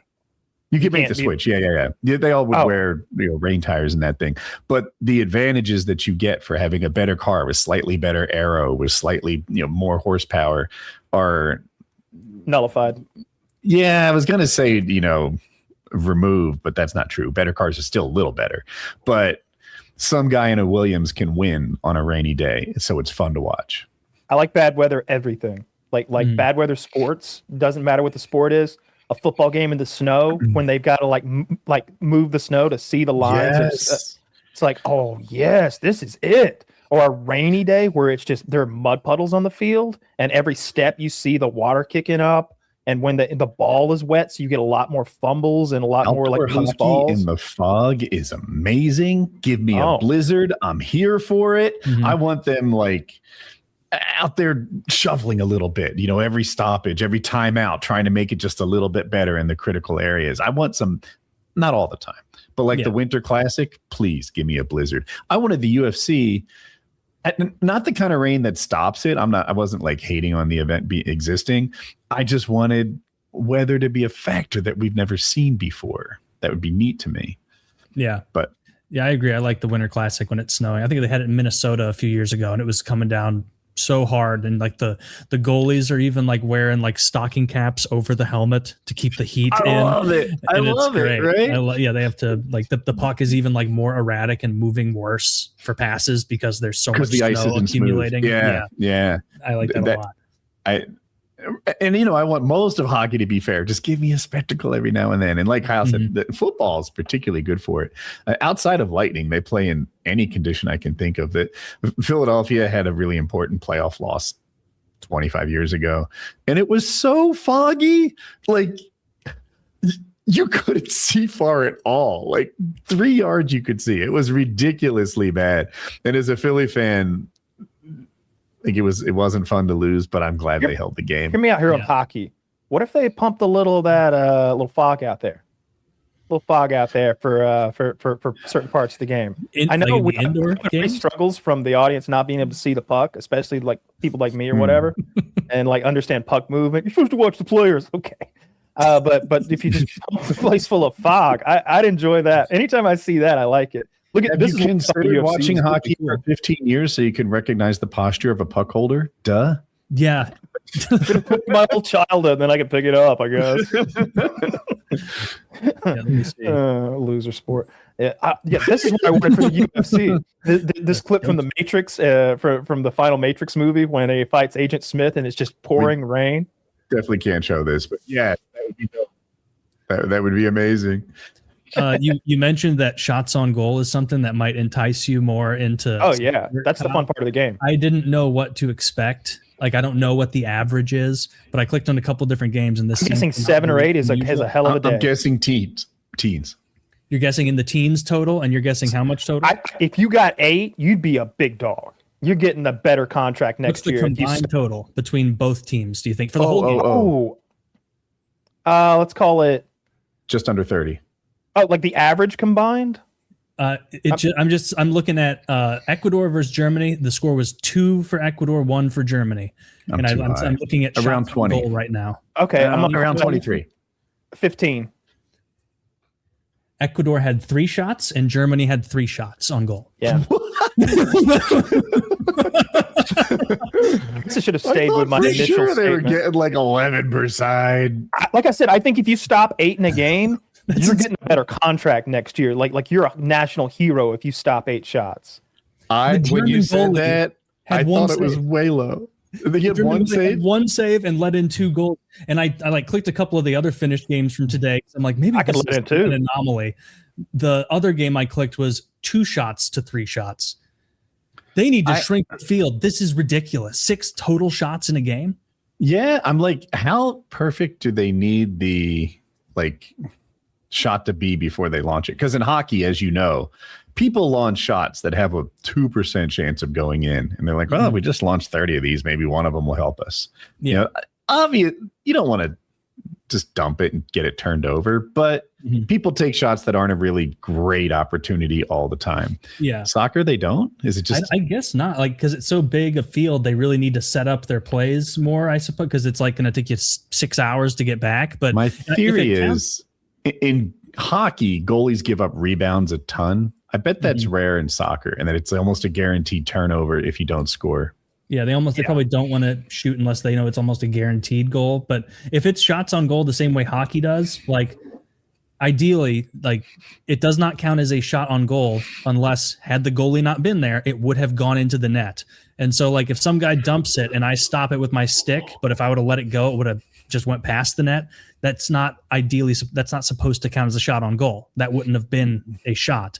And so this would mean that at only 6 points during this 90-minute game was there the potential to score. And half of them did. What a demoralizing sport to play goalie in. My God, it's like, what's your save percentage? 33. I'm pretty good. It's like, I'm on the German national team. I save a third of them. It's like, all right, that's terrible, because if you're like lower than 90 in the NHL, they kind of get peeved. Yeah. I just don't care. I'm not going to watch a second of it. I wouldn't know how if I did. You know how everyone has said, why don't hockey teams put a sumo wrestler in the goal and just sort of fill it? Dude, hockey goalies are like 6'5" now. Like, they kind of figured out what we knew all along. But they're mostly very agile and quick athletes, right? Yeah, very but the size matters. Like, if you're 6'2", 6'1", you really have to prove yourself to be a hockey goalie nowadays. What do you call that thing that the goalie does when he's warming up, Taylor? When he's like butterflying, like real fast, like alternating legs and like doing this crab. He basically is like doing crab kata. He's just like, the crab kata. I mean, he's just going up, down with butterflies. And that's so much. That's one of the, in sports, you know how sometimes you'll look at something and be like, that's probably not that hard. I can tell it's hard. It's so exhausting because your quads are burning because you're wearing a lot of pads, and past a certain point, like your goalie coach, like, because when you're little, like you go down the butterfly and they'll let you like stand up one leg at a time. That doesn't fly past a certain age. We're like, you have to pop up. You're taking yourself out of position. In warm up, we would do not exactly lunges, but kind of like the lunge entry to a double leg takedown, and then at the bottom of it, you're driving forward with with your body upright. And we do those from one end of the mat to the other, back and forth and back and forth. And I remember being like, this is awful. like, can we do monkeys or crabs, or can we do the squid? I really need to do the walrus for at least 5 minutes. Like it was so hard. Like, by the time you got to the other end and they told you to come back, it's like, really? How many? It's like that scene from Miracle on Ice when he makes them run, like skate the ice really hard all night. They turned the power to the building off. The kid from Minnesota's vomiting on the ice. 2 or 3 of those across the mat, and I'm done. It's so hard. Yeah. What you might be seeing with the goalie is when they just like sort of push this skate side to side, which is partly a warm up, but partly those dirty mother truckers are making snow. They put snow on each goalpost as an assistant blocker so that if you try to wrap around the side, you have to overcome their snow piles to score. Well, and you also have to rough your crease up, because if you because if you just do it clean as like if you are sliding side to side on the pads and you're on like fresh clean Zamboni ice, you go way too far. And so you need to get it kind of rough and shitty so that, because you're pushing hard. These are professional athletes. They're pushing hard to go as quick as they can. And so they need it to be a little rougher and shittier. So that's why they're always. And the snow piles being piled up near the side of each post is coincidental. No, I did it. Like, that's what you did. My goalie coach was like, yeah, just fucking throw the snow over there. Like, make it harder to make it, even if it only makes it 3% harder for them to do a wraparound, that's 3%, right? So eventually it'll pan out. Did you like your skate sharp? Goalie skates are always the dullest fucking things on the ice.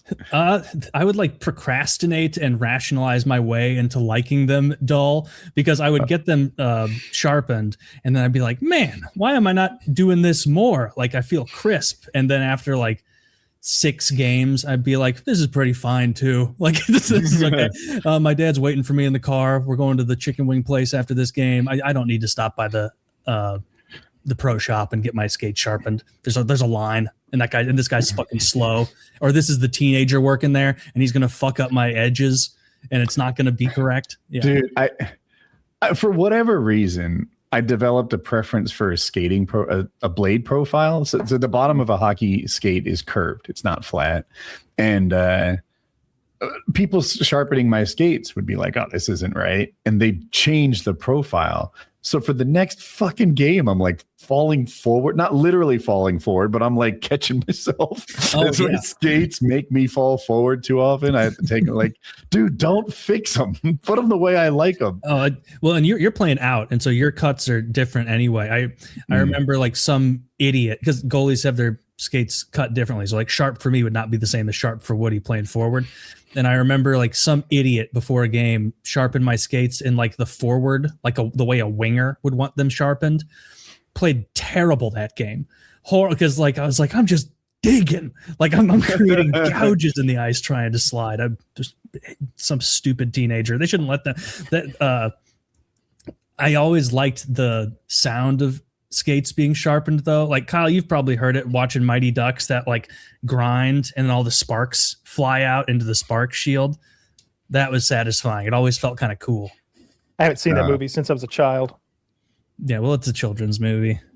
No, yeah, that tracks. Yeah, that checks out. Knuckle pucks also aren't great. You don't see Crosby out there trying those. I don't remember any of that movie really. I remember that like Emilio Estevez had gotten in trouble and he was sentenced to like community outreach, and they made him a hockey coach because I think he had been like some sort of little league hockey like star, and then like missed the big penalty shot, and then his coach chewed him out. And then that same mean coach is still coaching like Pee-wee hockey. And it's like, isn't Emilio a lawyer? It's sinking to the level of a guy who's been coaching Pee-wee hockey as his like job since like, I never looked at it through that lens. They acted like Pee-wee hockey was the pinnacle of the sport. And then Emilio Estevez washed out of Pee-wee hockey while this other guy continued a successful coaching career. It's like, wait a second. You're not even getting paid for this, dude. This is a volunteer position. Like, what are you talking about? We sentence you to we sentence you to coach the worst team in the league. And it's like, this is bad for the kids more than anything. He doesn't want to be there. He's like 51, and he's like talking to an 11-year-old where he's like, you know, I made it to the championship once of West New Jersey regional ice hockey B-League championship. I took a shot, hit the post. And then the kid, it was supposed to be profound, but this like snot-nosed little brat was like, yeah, but if you missed, and Emilio Estevez is like, an eighth of an inch, and it would have went in. And the kid's like, yeah, but an eighth of an inch the other way, and it would have missed completely. And he was like, oh, whoa. And it's like, first of all, it was like, profound to a grown man. First of all, that's not the size of a post. Like, it would have to be. Eighth of an inch is basically the same thing. Yeah. You know how big the posts are. You're 11. What, do you know the diameter of the post? Is it 2 inches, 2.5 inches? It's probably, I think it's 2. Yeah. Okay. But it's definitely not an eighth of an inch, maybe even 2.5. But that movie is ridiculous in retrospect. He's like, hey guys, we're gonna have team building. Here's a bunch of rollerblades. Number one, you don't want your ice hockey team getting practice on rollerblades. And what we're gonna do is we're gonna terrorize people at the mall.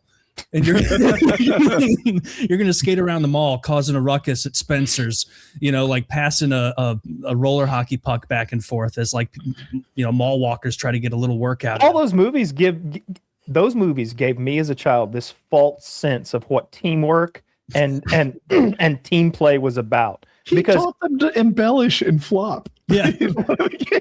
Well, that was okay. I didn't mind that. I just, in every one of those movies, they teach some sort of like silly trick play that would never work. And even if it did work, it would just get you one score. Like you ever see the Big Green? The Big Green is the soccer version.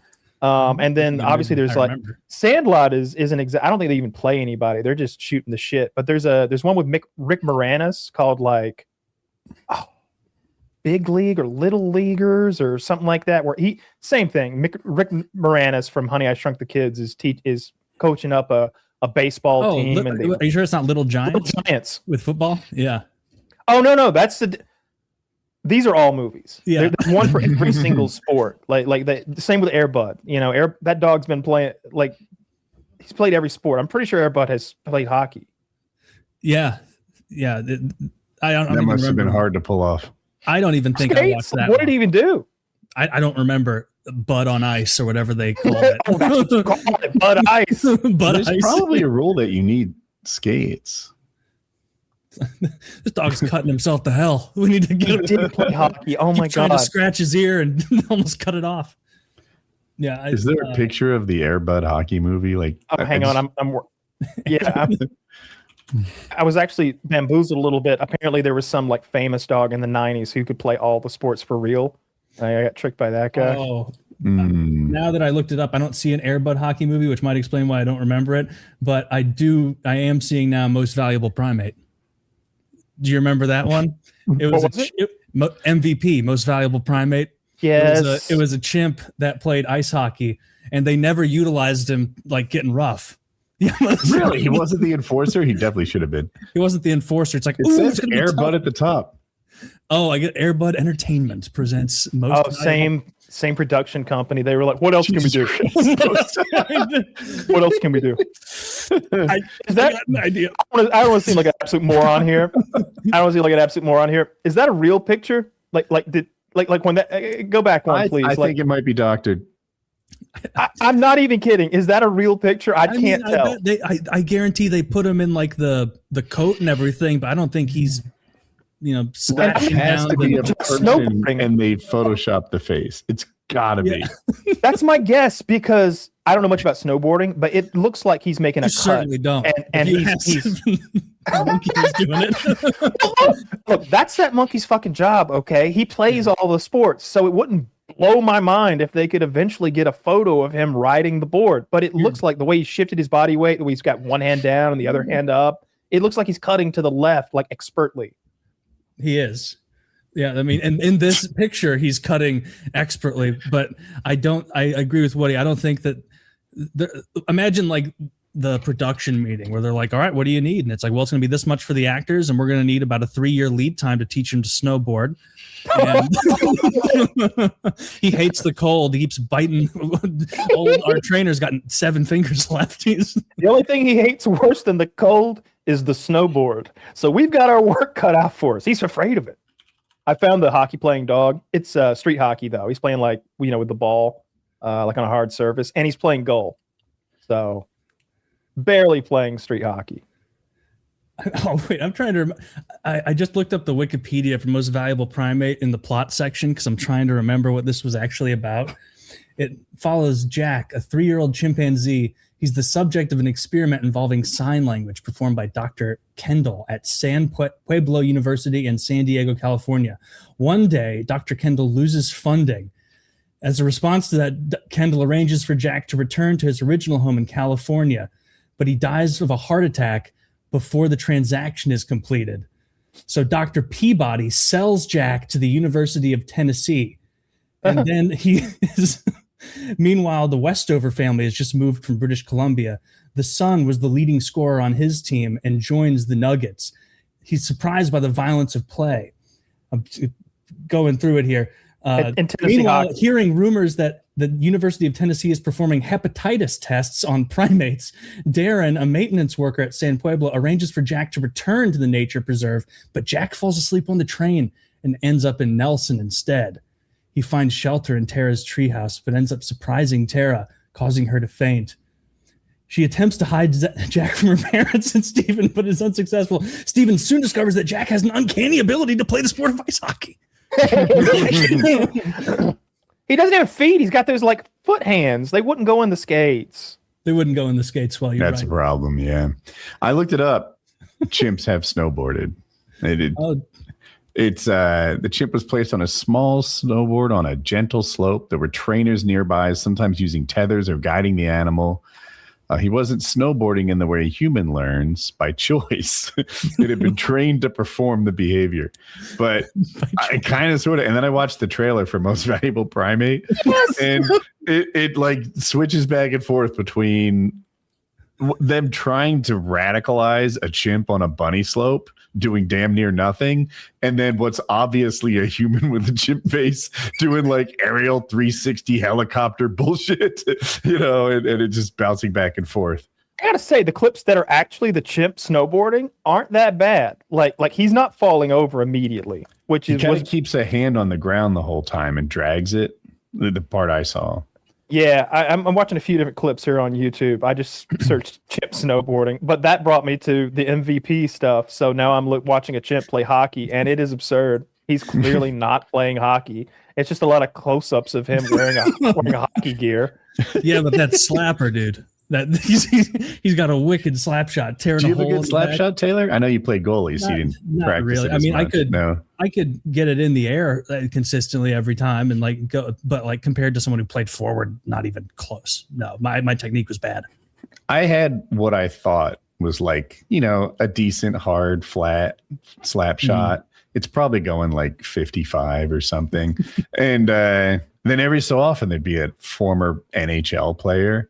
And I'm like, oh, that's what it's supposed to do? Why wasn't I told? Because it is just so fast, so flat, so hard. The wristers are even more impressive. They're getting the puck. How fast is a wrist shot at the NHL level? Like 65? 87. They can go in the 80s if they're real solid. Damn. Yeah. And there's like no indication that it's about to come. It just out of nowhere, they shoot 80-mile-an-hour wristers. Yeah. It's wild. I could always tell, like in warm-ups, if they had guys on the other team that could hit slap shots for real, because it sounds very different. Where you're like, oh shit, at least one of these guys is going to be throwing heat tonight. Like that's reverberating around the whole rink. It's the passing about like high-level players that blew me away, right? Like I would just put my stick on the ground and let them hit me in the tape. And they would do it every time. I can barely catch an 87-mile-an-hour pass. I just try not to move my stick so that it gave them all the responsibility. Imagine if in baseball it was your job to hit my glove because I couldn't actually catch at the speed you were throwing. That's what these guys pulled off. And then the inverse. There was never a pass I gave them that was hard enough. They're, Woody, you're not going to break my stick. I would fucking shoot it at them. Hit them in the skates, and they just expertly kick it to their own skate. I'm sorry, their own stick, and carry on. Like they would make me look good on both sides of the pass. It's impressive. Those are good guys to play with. Like, yeah. I almost preferred taking slap shots from guys who could shoot it well, because then in my head, as they were winding up, I'm like, this guy isn't just blasting. He's aiming for something, and he's probably aiming for somewhere I'm not right now. So I at least have the idea that he's going to scoring, shoot where the goalie isn't. Where the goalie isn't. He's trying to shoot under my left arm or going 5-hole or wherever. The guys who were scarier were the guys who didn't know what the fuck they were as surprised as I was by where the puck was going. And you could tell because they were choked up on it like fucking MVP there. A guy that knows how to shoot is going to be like choked down, like directing the shot. They would just be just literally knuckle puck style almost. So frustrating if those ever went in. Man, I'm remembering all these childhood animals and sports movies, and I'm starting to. I can never watch these again and ruin my memory. But Little Giants, you mentioned, Kyle, the football one. Do you remember that scene where like there was the big guy, the big dad who had the flat top? He was also the guy in Baby's Day Out who got his hand smushed by the gorilla. But he had this flat top, and then his son also had a flat top, and like was a member of the like they were trying to recruit him, and like the way they introduced him to show that he would be a good football player is he was, first of all, he named his son Spike. And he's like, Spike, get out here. They were like unloading into some bullshit trailer they lived in. And the kid like comes out with an entire fridge on his back. Yeah. And they're like, whoa, Rick Moranis is like, we got to get you on the squad. Like, did he eventually play for the good guys? I believe, yeah, he played for the good guys. He was one of their ringers. I was like, how can they win if they're all like Rick Moranis offspring? Like, you have to have somebody on your team that can play. You always have the ringer. You always have the bad kid or the beast kid who you've got to tame a little bit to get or you have the girl. You have the girl who's actually like a figure skater, but it's going to translate because her moves are going to be so slick. You have something like that. This weird screwball way of beating the guys who are just playing by the numbers football. They're just playing by the rules over there. We've got a girl who can do backflips though, and we got a taekwondo kid who can kick a hell of a field goal. It's always something like that. I'm watching the trailer for Little Giants. I completely forgot that, like, I guess this was before every kid got to play, and so there's like an adult, like the dad from Married with Children is like the coach, and he's like, we're picking for the Cowboys, you over here, you just picking all the big athletic kids, and it's showing like sad images of all the goobers, all the nerds, the like dirty faced girl who deserved to be there but she was shunned for being a girl. Yeah. And then like they just left. They're like, all the rest of you better luck next year. And it's like they're 11. Like this, you should be. They pick everybody. I never played in any sort of a baseball system where everybody didn't get picked. I mean, that would be there. So what would happen is that we would all do kind of a tryout day, and we'd play like scrimmage games and do kind of a baseball combine, and then the coaches would go into a private room and like pick so that the kids aren't exposed to that shame of being picked last or near last. You just find out that you're on the Expos. You don't know what order the Expos were selected. I mean, you kind of figure it out, but you don't know what order people got picked. You shouldn't do that to kids. I don't think they do that to kids. No. In gym class, they do. In gym class, they sure do. Yeah. I definitely got picked last for some football shit before, for sure. Whatever happened to this kid? He was in every single one of these movies. Is it the redheaded kid before I click? No, it's not the fat redheaded kid. It's that like nerdy glasses kid who would be like looking in the mirror. The redheaded kid that I'm sure you know. He was in Big Green and The Sandlot, and a bunch of other stuff. He was in an X-Files episode. He's a chunky red kid with freckles. As an adult, he went to, I think it was the Savannah Bananas, and he showed up as his character. I can't remember what the character's name is. He's like, and welcome to the plate, squeeze. And he like walks out, like he like points like Babe Ruth and calls his shot. He's a 55-year-old man or something like that. I think he struck out, but maybe he fouled a couple off. It was fun. Taylor, can you show the guy that Taylor found? And then my more current picture of him. He turned out as expected. He's doing that face though. He's making the face. He might as well have that silly flex too. He may as well do the silly flex. He didn't change a bit. Yeah, all right. So there he is as a star. Let's see him now.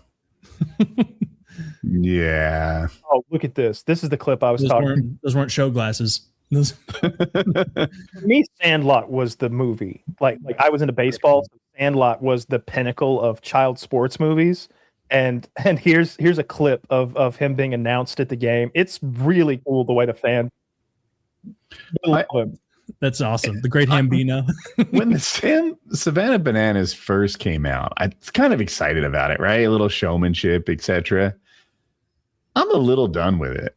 like how it's not about winning very much. It's just entertainment. It's silly. They're taking something that's naturally mid in terms of entertainment value and trying to crank it up. It's a bad starting place. If it was soccer, it'd be just as silly. I like it. I like it a lot. Some of the hijinks you see are just next level. The dances are fun, but they got pitches on stilts. Like yeah, that was fun for a second.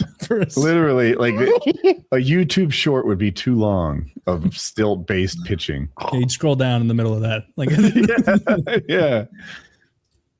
I think it's incredible. The guy that does backflip catches, have you seen him? Sure. He does a backflip and then catches the fly ball. Have you seen the pitcher who has the ball on fire? I'll be honest with you. I haven't seen that. I've seen the outfielders. I think in this league, there are somehow bonus points for rather than catching like a fly out, you have your glove folded and you bounce it in the air and then catch it, or maybe double, like juggle it with your closed glove before you snag it. I don't know the rules of the thing in particular, but these trick plays benefit your team somehow. And it just seems like it's not sports anymore. I don't know. It's not for me. I wanted to watch, and they're like sold out. Like you just can't get tickets. Isn't that hilarious? Like, is there a better example of Americans not caring about the World Cup that Kyle's like, it's not for me? Have you guys seen this Savannah Bananas? It's fucking cool. Like oops. It is. The one guy sets the ball on fire before he throws it. Like, what the fuck? How does he throw it? Fire, like a flaming ball. Maybe part of it's not flaming. It's like covered in flame retardant. He's got like flame retardant gel, plus like the ball is covered in something flamey, and then somebody comes out with a blowtorch and lights him up. Like, it's a whole thing. You should definitely hit the batter. That would be funny. Ooh. Don't tell anybody that you've actually got the batter also covered in burn gel, and just have him get ignited and run the bases on fire. How many points is that? How many points is that? You run the bases on fire. See, this is what I'm talking about. This is why it's a better sport than soccer. I'd rather watch the Savannah Bananas play every day for a month than watch one fucking football game. That I saw them complaining because I guess they added a hydration break, and it's really a commercial break. Yeah. They wanted more commercials. So they added a water break for the world's greatest distance athletes, like, who have never had one at any other level of soccer. I don't know. Probably really well. Probably really well. I think of them as the best athletes in all of sports, as far as just like athletic potential. Cardio, probably. Certainly as far as cardio, but also they're incredibly agile. Their hand-eye coordination, not hand-eye, but like foot-eye, you know, the way that they use their whole body, and I think they're some of the best athletes in all of sports. Yeah, all that. Hit it. Yeah, those are the good goals. I like when they kick it, they cross it from like lateral to the net, almost, and then they almost hit their own guy in the head, and then he spikes it, heads it. Those are kind of neat. I haven't seen any bicycle kicks or the really fancy stuff. But then again, you don't see those kicks when you don't watch any of the games at all. I think it's neat that sports have different like archetypes. Like in football, there's a lot of different kind of physiques that the team needs, right? It needs big fat guys who are hard to push around. It needs speedy tall guys, needs speedy shorter guys, play cornerback, whatever. Even in soccer, there's different, taller players and agile players. Do you know the secret of Messi's success? The HRT, is it HRT? Is that what he's on? HGH. Yeah. From early childhood, like 11 years old, they pumped that kid full of human growth hormone because he had some dwarfism shit where he was never going to reach full potential.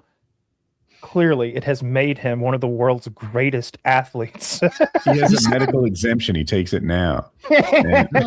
And it's just coincidental that the greatest soccer player to have ever lived is on HGH. It's not cause and effect. I think he's still only like 5'7". I think. Right? Yeah, Ronaldo's much taller. How tall is Ronaldo? Yeah, Messi's 5'7". Oh, it's his birthday today. That's why a bunch of shit's all over my screen now. Ronaldo is 6'2", it says. Yeah.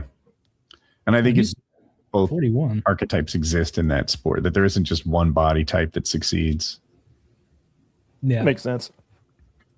Yeah, if they could just fix the flopping and make the make that field a little. Let's The whole get to field needs to be smaller. let's get to 10 shots per team per game, folks. Like let's get that. That seems That would be the pretty metric I would easy. shoot for, honestly, is how many shots on goal we're getting per game, because it can't be that exciting to watch them juggle the ball and position themselves in midfield. Most popular sport in the world. Yeah, I but think they just it's haven't popular- adopted our sports yet. The better sports. I think that it's popular because it's the cheapest sport in the world to play, and you can play it you just need a field and a ball, and that's kind of it. You can make the goals. Like you can draw lines on the ground and stuff. Like football is expensive to get into. You need cleats, you need all those pads, you need a good helmet, you need a good ball, you need the right field with field goals and stuff. Baseball's the same way. It's full of specialized gear. Hockey, that's true about football, but a lot of that gear is provided for the players, so you don't have to be wealthy. Yeah, but somebody has to provide it. Like your community has to be wealthy enough to have 32 sets of gear. You know, which every American community is, but not globally. Every American community. But if we're in Ecuador, oh my God, like they don't have clean water as far as I know. Like as far as I don't know, they just beat Germany and that barn burner because they're on clean water now. You put them in an environment with clean water. Half the team doesn't have cholera now. Of course, they're running well. These guys are used to living in the third world. They're hardened. Once we get those guys enough food too. I don't know if maybe genetically they're just very short, but I'm sure some of it, has to do with the food amount because those guys are little. You get them up to, even you get them up to like 5'10", even 5'9", even. America's losing. We used to be the tallest. I don't know if we were the tallest, but we were like top two in terms of like how tall the people were per country. We're slipping. Europe is why, right? I'm guessing our food supply, but tell me. Oh no, it's immigration. The liberal would tell you, isn't it? Oh, is it immigration? Yeah. Yeah, it's all them short brown people coming from down south up here. All these 5'2" fuckers we're talking about. My papa, dude, he was short of he was 5'4". Hondurans are little fucking people. He was 5'4". Yeah. Like grown He's ass not man. talking about his father for any new listeners. He's talking about his grandfather. Yeah. I didn't. Yeah, he's not blood relative, but Papa is better than a blood relative. He chose to be my papa. My real papa was a piece of shit. I'd much rather have a guy who chose to be my papa than that cocksucker who died of. Yeah. Fuck that guy. Did he die? Oh yeah, they're all dead. Yeah, good riddance. Don't care less. We liked him. No, he's talking about his biological. He's kicking around. Yeah, he's still good. Oh, good. He's ancient. I don't know how old he is. They live a long time down there too. That's another reason exacerbating this height average. You got all these 5'2" guys lived to 97. Yeah, throwing your bell curve all off. Just like how in Finland the most common name is Mohammed. Do you think that's because the Finns just woke up one day and said Islam is the way? No. And I bet their height's slipping too. Yeah, probably so.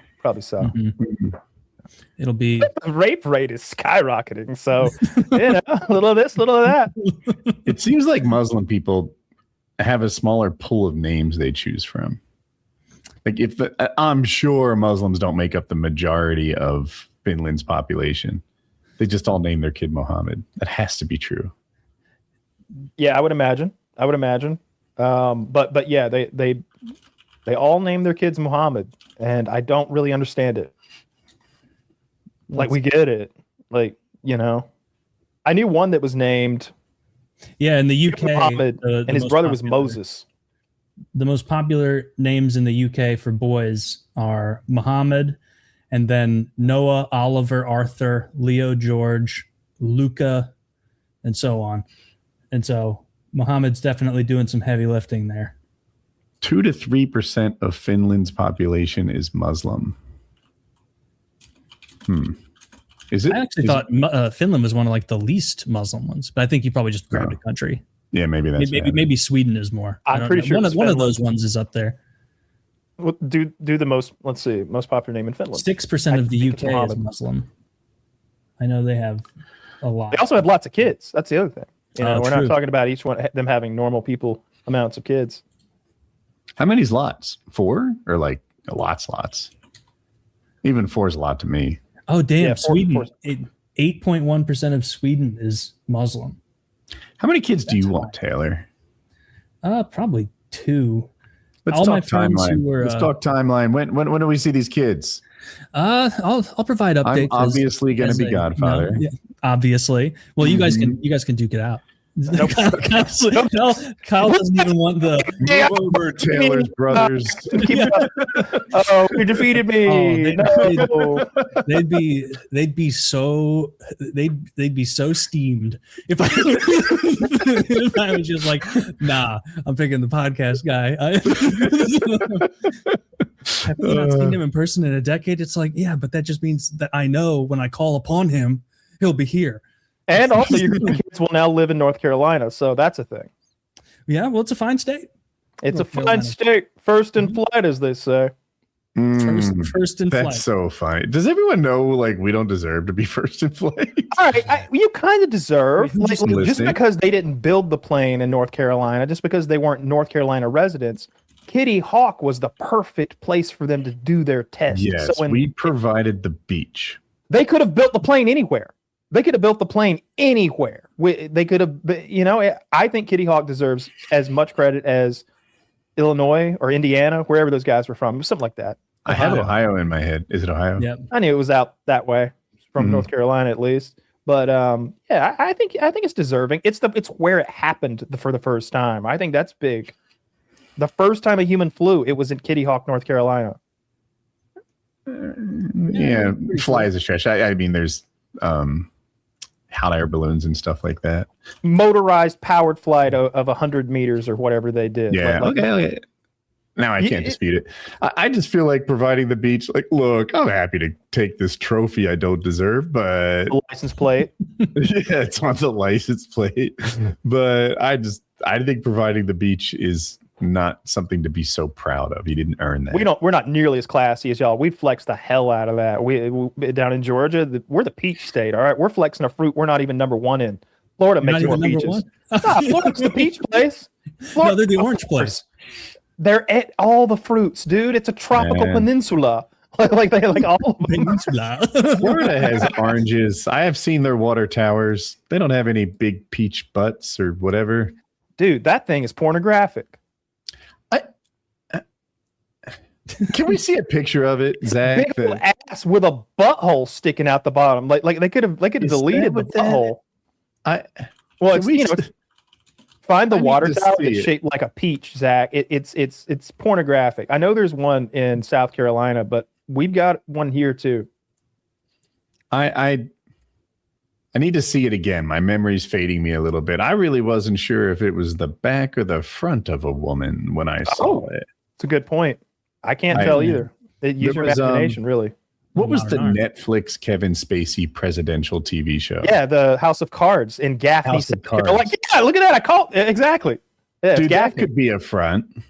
So this is the one from the House of Cards TV show. That is Gaffney, South Carolina. That's not how they talk in Gaffney, South Carolina. Kevin Spacey, you should know that. Does Georgia have one too? Of course we do, but it's not nearly as magnificent. You don't even have the best peach statue. So what? That lady needs to see a doctor. I'm concerned about the bump. I don't know. I'm getting like half a chub just looking at that thing. That's how I like my pussy to look. That except for that weird thing on the bottom. But that just looks like a girl who's into like little BDSM, little pussy popping. That's how they keep it inflated. I like this angle. It's almost like celestial. It's like it looks like a star. This makes me want to paramotor this location. This is a really nice, but there's safe LZs everywhere for power outages, and this. You can see they cranked the contrast on this photo, so you could tell. Yeah, the saturation seems cranked up a little bit. That's what I mean. Yeah. Yeah. What's the worst state nickname? I'm realizing I don't know the state nicknames very well. Mottos or nicknames? Nicknames, like you're the peach state or whatever, right? Yeah, the peach state. I don't know many. We're first in flight here. I got it. I got a little list here. So we all know Missouri is the show me state. That's a good one. Connecticut is just the nutmeg state, which seems terrible. Idaho is the gym state. Illinois is the prairie state. Gym state. I like prairie state. Yeah, but Illinois stealing a little bit of like feels like that should be Iowa or something. I was going to say Wyoming. Maybe I'm wrong. Yeah, Wyoming. They've got Yeah, they got a lot of prairies, a lot of open fields. I don't know what else Wyoming has going. Pennsylvania, I think you've got a friend in Pennsylvania. You've got a friend in Pennsylvania. Too long. Little long. Indiana's the Hoosier state. Iowa's the Hawkeye state. North Dakota's the Peace Garden state. North Carolina, the Tar Heel state. The Keystone State would be Pennsylvania if we're going by that. Oh, is Tar Heel is what? Discovering oil? The Tar Heel state, North Carolina. Is that about discovering oil? I think it has to do with Civil War bravery. The idea was they didn't retreat. Their feet were like stuck in place. Oh, I like that. I like that a lot. That's better than oil. I like that more. It makes them just sound dirty, though. You know, like Stonewall Jackson. I know what they mean. They didn't call him like Tarfoot Jackson. Yeah, it is a bit roundabout. I was surprised Indiana was actually the Hoosier state when I was a kid and we were like learning these in 3rd grade. Because like here, Hoosier means like classless, boorish, like my mom used to be that. She's like, yeah, and these Hoosiers, it meant like classless, like these like. I never even questioned what the word might meant. I just thought they were into owls and just adopted that for half a century. The Hoosier state, yeah, owls are dope. All right, good enough. Yeah, when I learned that, I'm like, oh wow. So maybe because it wasn't just her. Like Hoosier was a pejorative for like someone who would have like a dishwasher in their lawn. That's definitely dating back to the days of migration out west and how anyone who was having people go through their state from east thought less of them. And it compounded the further east you were, if that makes sense. Like if your next door neighbors, you thought a little less of them. But if they're all the way coming from Virginia, you think very little of them. I'm looking at some of these are. Oh, Oregon is the beaver state. It says, I just looked it up. I said, what states use Hoosier as pejorative? And the little summation was the word Hoosier has been used in the greater St. Louis area as a pejorative for an unintelligent or uncultured person. That's funny. It's like a local colloquialism that you never knew was local. Yeah, that happens. Yeah, that is funny. Yeah, you're right. It's probably from all that. When I hear Hoosiers, I think of the Gene Hackman movie, the basketball film. One of the greatest sports movies ever made. Better than Miracle, if I'm being honest. I watched Miracle the other day. Better than Little Giants? Yeah, it's like an adult like sports movie. MVP? MVP is retarded. Like that there's no way that was even in theaters. That's one of those Walmart dollar store VHSs. Yeah. I got to give it to ChatGPT. I'm like, what does Hoosier mean spelled incorrectly? It's someone who sells hosiery. I'm like, no. Like Ohio, the hosiery state. They're like, you mean Indiana? I'm like, well played. You should send that whole conversation in as evidence. They could use that as marketing material. ChatGPT, we'll get you on track. No matter what. Hosiery state. Jesus. Alabama's got to go into the heart of Dixie. I like that. That is good. They kind of are. Yeah, I like that one. That's Grand catchy. Canyon State for Arizona. California, is it? Is it the Palmetto State?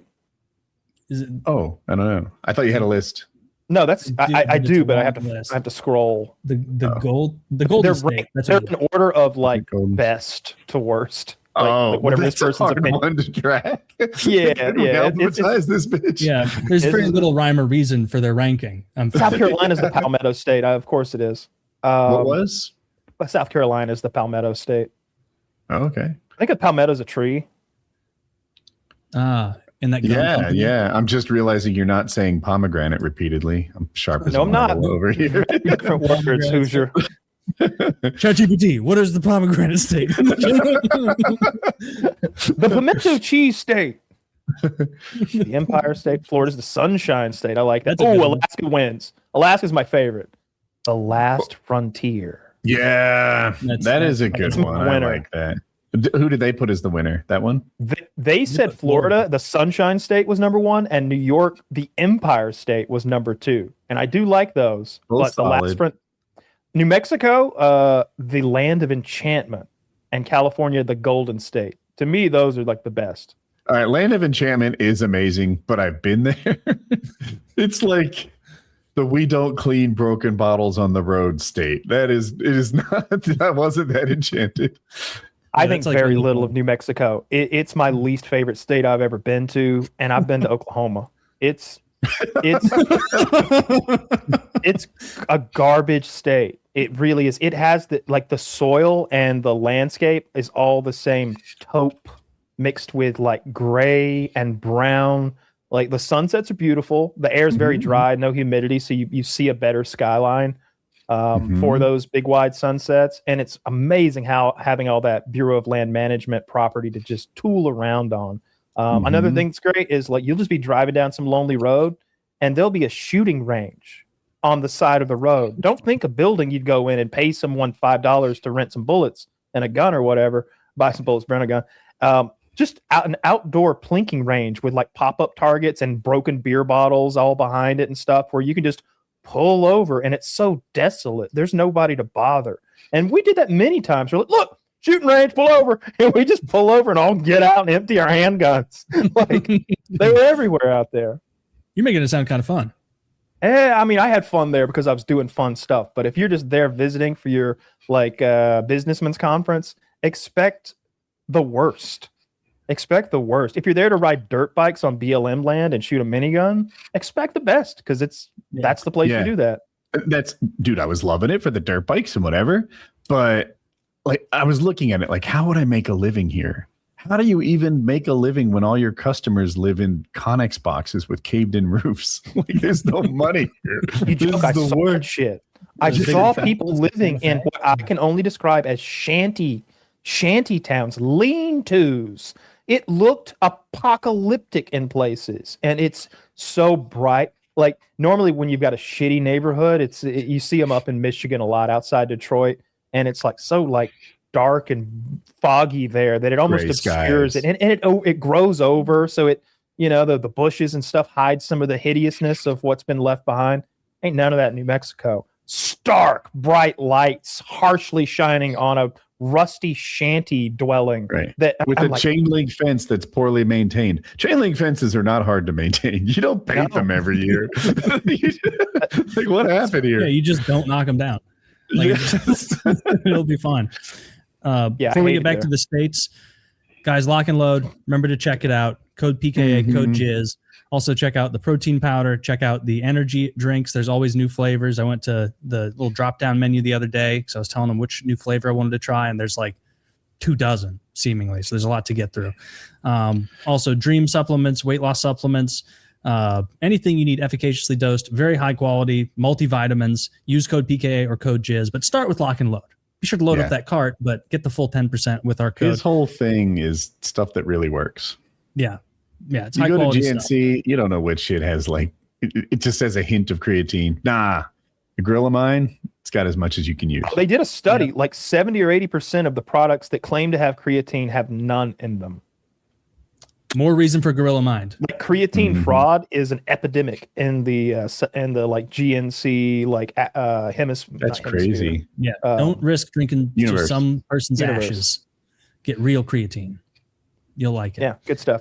Also, merch, of course, mugs, T-shirts, polos, stickers, whatever you need, PKA branded. Be sure to use code PKA10, save 10%.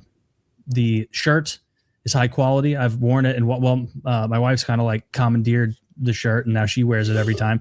But every time she washes it, still doesn't have that bacony shit that all the like 2011 YouTube merch used to have, where it would crinkle and like look weird. It doesn't have that. Yeah. Oh, cool. So it looks very nice. Be sure to use code PKA10. Dope. Anyway, you see that clip I sent in the WhatsApp, Woody, of the pit bull with its mouth full of blood? I did. I forget. Was it Chiz who was like, they should remove the evidence from his teeth? Like blood coming out of his mouth and between his teeth.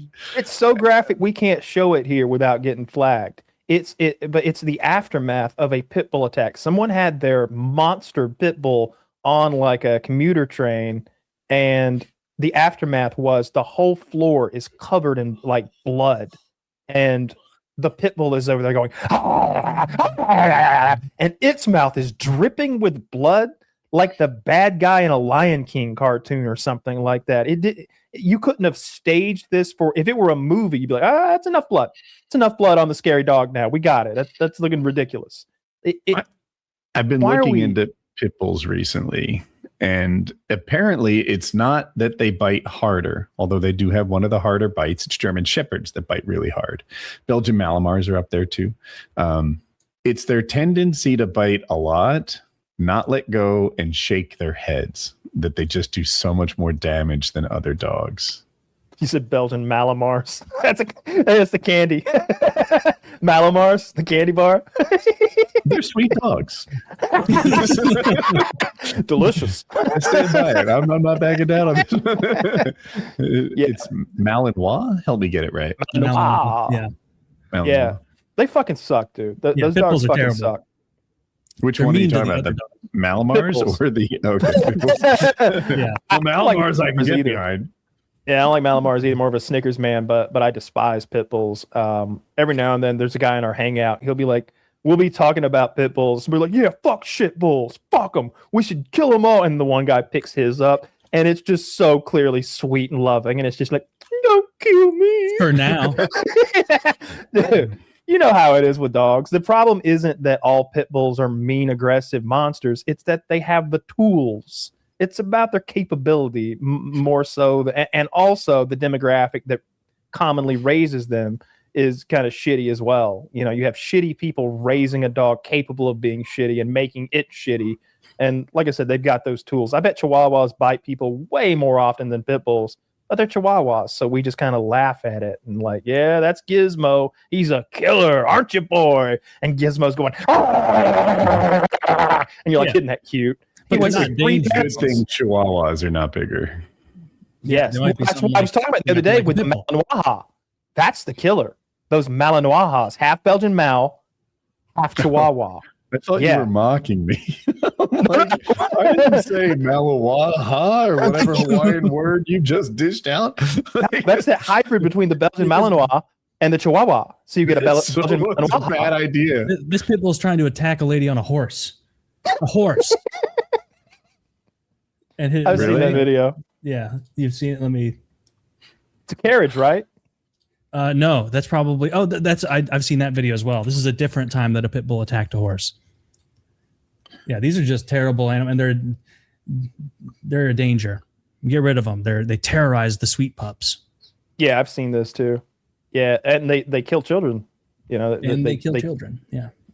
I had a friend who was mauled by pit bulls in high school. He lived on a dirt road, and to get to his buddy's house, he'd have to walk like a mile down the dirt road or something like that. And he got attacked by 3 pit bulls, and they had bitten his forearm and his like bicep area up so much it was dozens and dozens of stitches. It was like 40 stitches, 30 stitches, something like that, like big curly Q scars, like ripped him up. And the only way he got away was climbing into a tree. And he was in the tree bleeding. He took his shirt off, wrapped it around his wounds, and he's in the tree on the side of the dirt road, waiting for like 20, 30 minutes for somebody to happen to drive down this lonely dirt road. And he flags him down, and the guy got out with a gun and shot it, and they all ran away. They're just terrible beasts, hellhounds. You know, I just looked up pit bull attack on Twitter just because I was curious. The first one is horrific scene: dog owner arrested after elderly man killed, 3 others injured, and it's like 3 firefighters holding axes, like trying to swing and keep this thing away. I was something of a pit bull apologist, right? You guys would rip on pit bulls, and it's just my natural wiring to like defend the people getting beat up. And dude, it's hard to defend pit bulls. Look up stats on dogs that like fatalities and bites and such. If you don't like your source, go to the next one, but they're all the same. Yeah, they're all the same. And the numbers aren't just like pit bulls coming in at 27%, which is not a majority, but it's got a plurality because the next one's 26%. No, pit bulls are like 70%. And then obviously next best is going to be like 18 or something like that. They're just lapping the field when it comes to hurting people. Look up pitbull seizure attack syndrome. Oh yeah, that's a real thing. It's what happens when a pit bull witnesses a human being going into a seizure. They kill them. When a pit bull sees a person have a seizure, they have a predator-prey reaction, and they attack the person and try to kill them. And you can imagine it's hard to defend yourself during a seizure. So these people get their faces eaten off. Also, elderly people. You'll have like some douchebag kid living with his grandparents. He's like 24 and a scumbag with a pit bull, and he's left it at his grandparents' house that he crashes with. It'll kill them both. A pit bull will absolutely kill two old people. You can't fight it off. Some of them are so big. I'm not even talking about the XL bullies or whatever they're called that I see sometimes that are like 200 pounds, seemingly like mini hippopotamuses. Just a standard pit bull is a killing machine. They're so strong and they're so aggressive. And I've seen them take a walloping and keep coming. Like, you hit my dog on the snoot and he'll kind of give up, you know? Yeah. And there's lots of dogs that have the capacity to cause a lot of damage. If a Great Dane wanted to, it could fuck you up. That's a huge dog. A giant, I think Jack could have killed me. Guess how often that happens? Fucking never. Like, they don't behave that way. I know how dads can do like their disappointed voice, like, what were you thinking? That's what it takes to discipline my dogs. They're just like, oh man, dad's mad at me. He thinks I shouldn't bite the rug. My girlfriend likes really expensive fountain pens, like $50 to $250 each or something, and she's got a vast collection of them. Toby grabbed one of them fuckers the other day, right off her desk. I wanted to be like, you gotta put your stuff up. You know, you leave shoes on the floor, he's gonna have your shoe. He's a dog. He likes shoes, but it's on her desk. And she's like, you ruined the nib. I can't even get a replacement cartridge. The nib. That's what I said. She didn't think it was funny at all. I was like, no, not the nib. That might be like a whole Seinfeld episode. You used her pen? I used a pen. Well, what'd you say? She says, I ruined the nib. The nib, Jerry. Scratched it all out. They'd be like, who took the pen? And Toby's just covered in ink. You've overflexed the nib. Yeah, no, he ruined her fucking. He's ruined a lot of expensive things. He's chewed up some of her like couple $100 shoes. He's definitely chewed up Ray-Bans before, twice. He's chewed up some expensive stuff. Oh, he chewed up the remote control for the TV one time. I had to get a new one of those, but that's no big deal. But the sunglasses is always a bummer. That's why I've got like little artifacts like this laying around. Oh, your fake glasses. Yeah, they're not fake glasses. They're my glasses that he chewed the fucking lenses out of. They were sunglasses, right? They were sunglasses. Those were like Guess Who, some like Clark Kent's costume glasses. Oh yeah. yeah. I don't know why they go on crooked every time. Little off kilter. You're wearing a headset. Yeah. It's not fair. Probably so. Gotta bend them carefully. Yeah, I would hate for my dog to attack somebody. I've always said I thought Woody's dog Jack could have probably killed me. I don't think I could have defeated him. I think it would have been. That was a bad dog. Yeah, I don't know which way it would have went if me and that dog fought it out in like a garage. Like, dude, they say there's no bad dogs. There's only bad dog owners. Yeah, bro, some dogs are bad. Like we hired a trainer to come to the house. We walked it. We socialize it. We had it stay in the kennel when we weren't even going anywhere. Just went to daycare. We paid for that shit just so he'd meet other dogs and learn to social. Nothing would make this dog less of an asshole. And at the time, I was like at the peak of my YouTube fame, and I was getting death threats. People threatened to rape me. Joke's on you. I can't rape the willing. But having a really vicious dog, and it was a good time to have him, but it is never a great time. Yeah. He would have fucked an intruder up. He wanted to fuck me up. Like, he was so mean. He was so people scary. Have this idea their dog will rise to the occasion.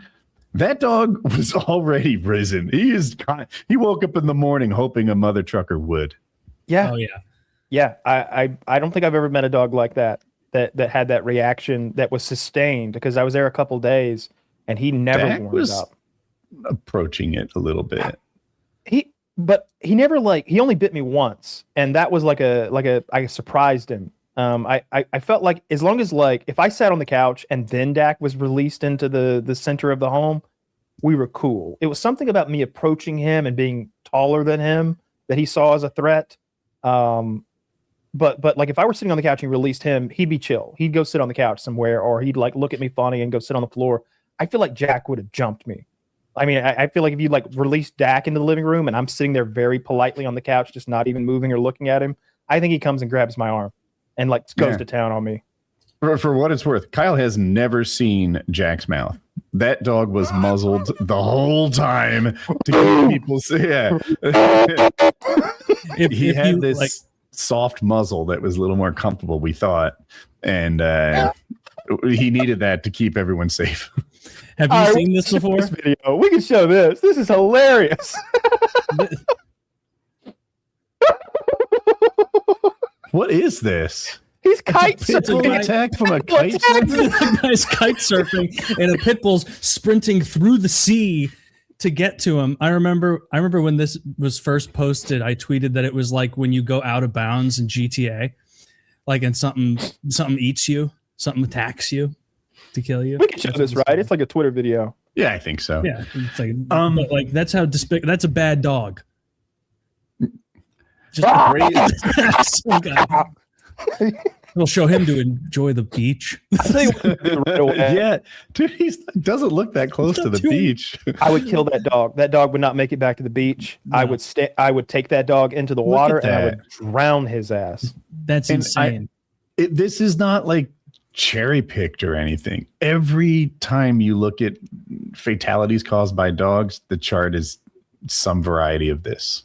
Yeah. And also mixed breeds and unknown. I think we know what those are. What was it mixed with? Oh, was it Chihuahua, Cavalier King Charles? No, I think it was a pit bull mixed with something dangerous. Yeah, fuck that. Terrible GTA. I bet that game gets more hate. I think everyone, the hype is too high. No one can fill those shoes. You know the new hate, right? Say it again.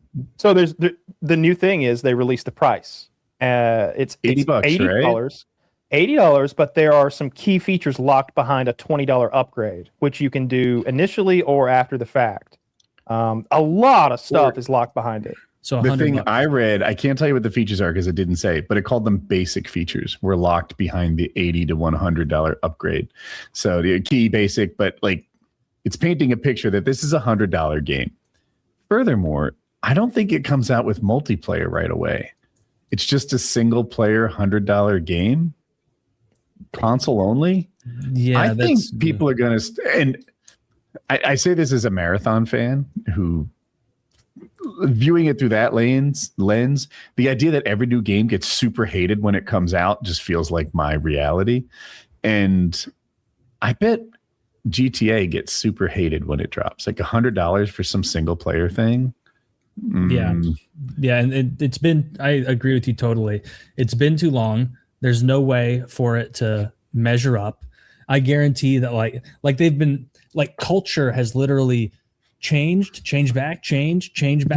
Like so many times. There's going to be a bunch of dated stuff in it already, just by nature of how long it's taken. Like I could see people being like, "This just you waited." I disagree entirely. It's going to be like perfection.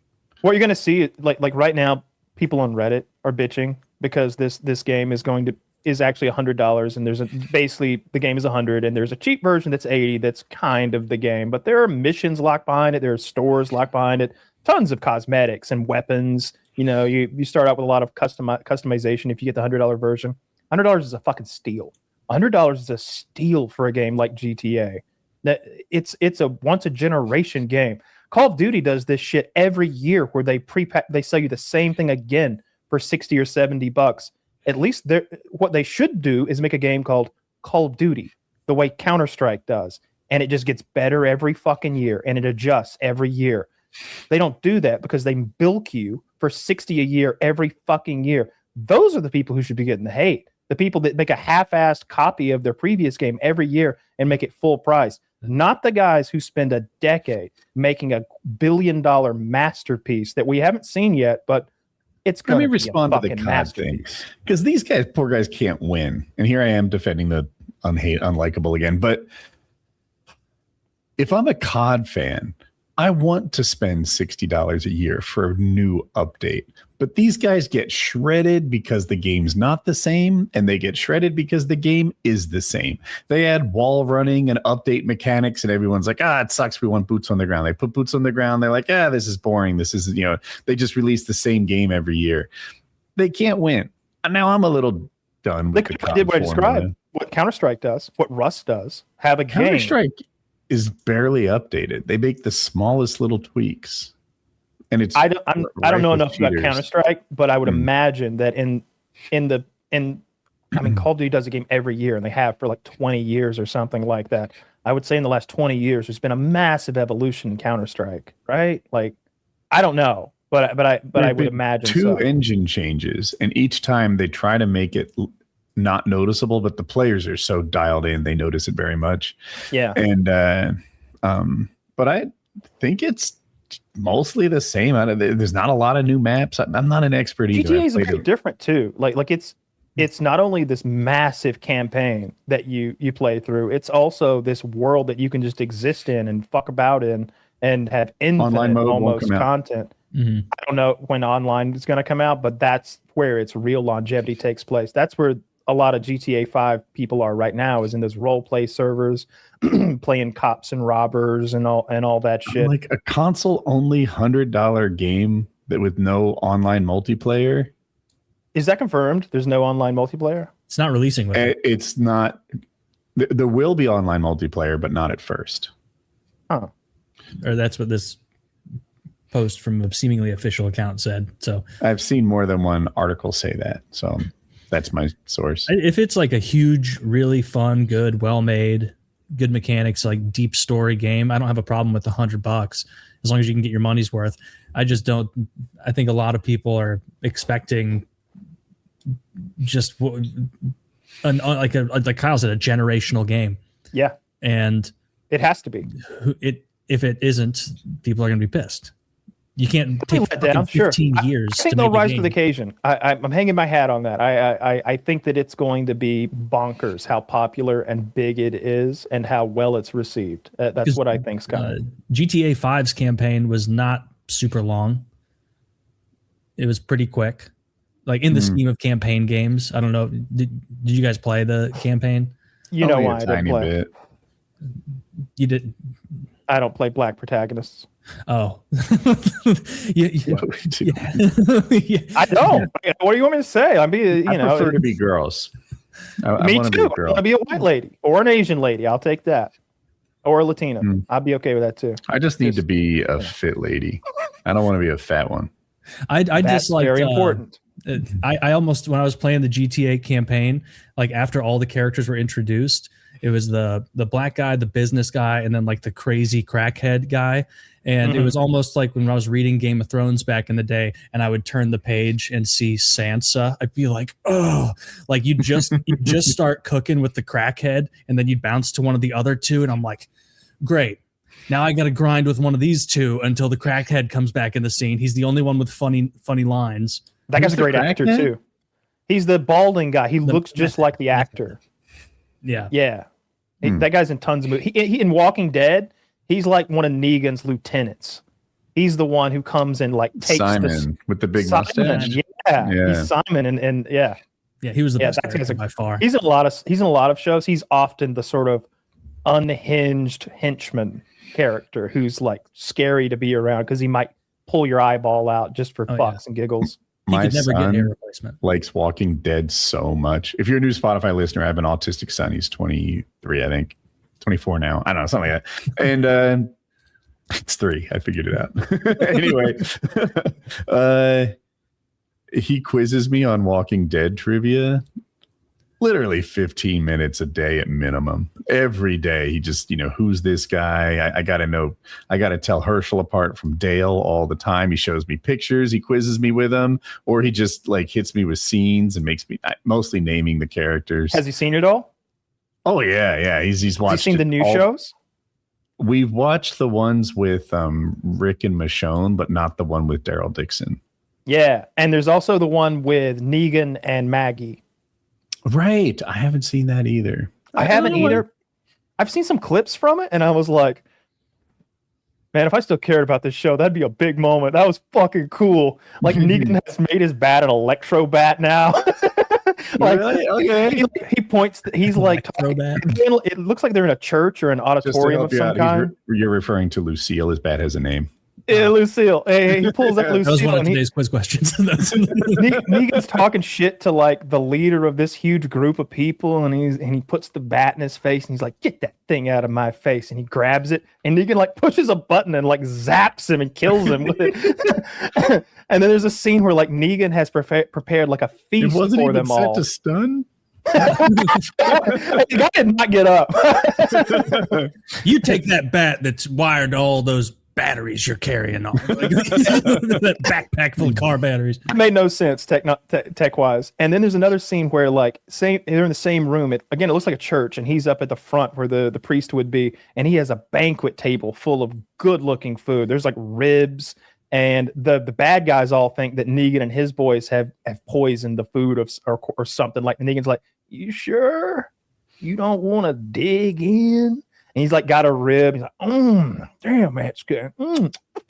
Y'all sure you don't want some of this? And they're all kind of coming around. And he goes, ah! And he flips the whole table over to reveal like there's nothing but zombies underneath the hole in the floor that all come out and start going for the bad guys. And then out of nowhere, two guys flank Negan with matching flamethrowers and start burning everybody alive.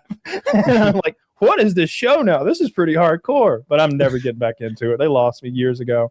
That's fair. They had some seasons that were either just too slow where nothing happened at all, or just really unrealistic gunfights and stuff. I got lots of strong feelings about that show. It's like, man, the writing at times and the characters are so strong because they come almost directly from the comics. But like the way you're making them dance on the stage is pathetic. All the gunfights. Like, gunfights should be lethal. Guns are fucking lethal. They're a problem. We're not going to have a war of 50 versus 50 where we both got AK-47s that last longer than a couple days. Like, it's going to be over quick because anybody that gets winged is going to die. Rifles shoot through people. There's no hospital. There's no fucking antibiotics, really. I mean, occasionally there are, but it becomes a mission. There'll be a whole episode about acquiring 1 dose of amoxicillin. And we're out here taking gunfire. That stuff always irks me. That's what drives me away from shows like Sons. My biggest issue was the inconsistent threat level of the walkers. Right? Sometimes, if you didn't watch the show to the deeper seasons, they would literally herd stampedes of zombies. That it's hard to estimate how many there were, but I'll throw out 75,000. Right? Like a lot of zombies, and they're just directing them to like walk off cliffs and shit. And then there are other times where 3 overwhelm somebody, and I'm like, what are we doing here? Like sometimes they're absolute idiots. Other times we lose 1v1s. I'm not getting it. It's ridiculous. Like there are multiple scenes where our main crew, like Rick and Daryl and Michonne and Maggie or something. Maggie or something like that. 6 years into this thing or something like that, they're walking through them like Neo in the Matrix. They're going shot with everybody's a perfect headshot with their guns, bows, spears. Maggie's just walking through them with a knife, just like kung fuing zombies. And then, like you said, all of a sudden that silent zombie comes out of nowhere that we don't hear. Have y'all ever walked in the woods before? Oh my fucking God, there's no such thing as silent, especially when you're the shambling dead. Like they couldn't write it well enough to explain how a character would get caught or died. And then when guns come into play, it got so unrealistic to anyone who knew basic gun shit that it just drove me away from the show. That and like the storylines got boring and it looked cheap at times. Like it was plagued with problems. And it's one of those classic bag fumbles for a TV show, because for people who weren't like, I know everybody listening to this was alive when The Walking Dead was popping, but when it was like really popping in like 2012, 2013, I'm going to say, we were going to Walking Dead events, me and my girlfriend. In the epicenter in Georgia. It was cultural. It was a phenomenon where like everybody was getting into like zombie shooting targets and zombie, like every Halloween was full of like Ricks and Michonnes and shit like that. And it was all over TV. It was all over social media. It was memed to no end. The clips would go ultra viral. When something happened in an episode, it was the water cooler discussion of the next day. We would go to that bar where they had the Walking Dead viewing parties, packed. We'd get there an hour early. We would have already eaten our meal, and we'd just be like sipping coffees when it's time to actually play they would play the silent enough, dude. So here's what they do. They play last week's episode first on AMC. So anybody who missed it gets caught up. Amazing programming decision, by the way, because it's a show where you need to see it. So and it extends the duration of selling drinks. For sure. So they play that episode, standard bar environment with like tables and food. Like everybody's chatting, everybody's watching. There's tons of screens all around this place. The viewing party is important to the establishment. Like it's set up that way. Then that episode would end and the credits would be rolling and they'd mute the TV and a guy would come on the microphone from behind the bar and say, "Hello, welcome to this last night in. Let you guys know we're doing the Walking Dead viewing party tonight. If you're new here, we don't talk during the show. You can talk quietly amongst yourselves during the commercial breaks. But if you're talking during the show at any point, you'll get one warning and then your whole table will be asked to leave. Letting you know right now." And sure enough, some dude is over there jibber jabbering. He waits to the commercial break. He's like, "Hello, table number 4. This is your warning. One more time out of you, your whole table will be asked to leave. We will clear away your food. We'll clear away your drinks. You will leave. Do you understand?" Thumbs You will up not be table. charged. like it was a thing. Like they will throw you out of there for talking during the show, and everybody in there respected that. Like except for that one little instance, and we're all glued to it because everybody there is a super fan. A related question: you could react, right? Was there a bit of a crowd, a ooh, like a laugh? Yeah, a little bit, Like, and the volume that was can loud. increase. That can improve the viewing experience to me. Mhm. Like that UFC event we saw at the movie theater.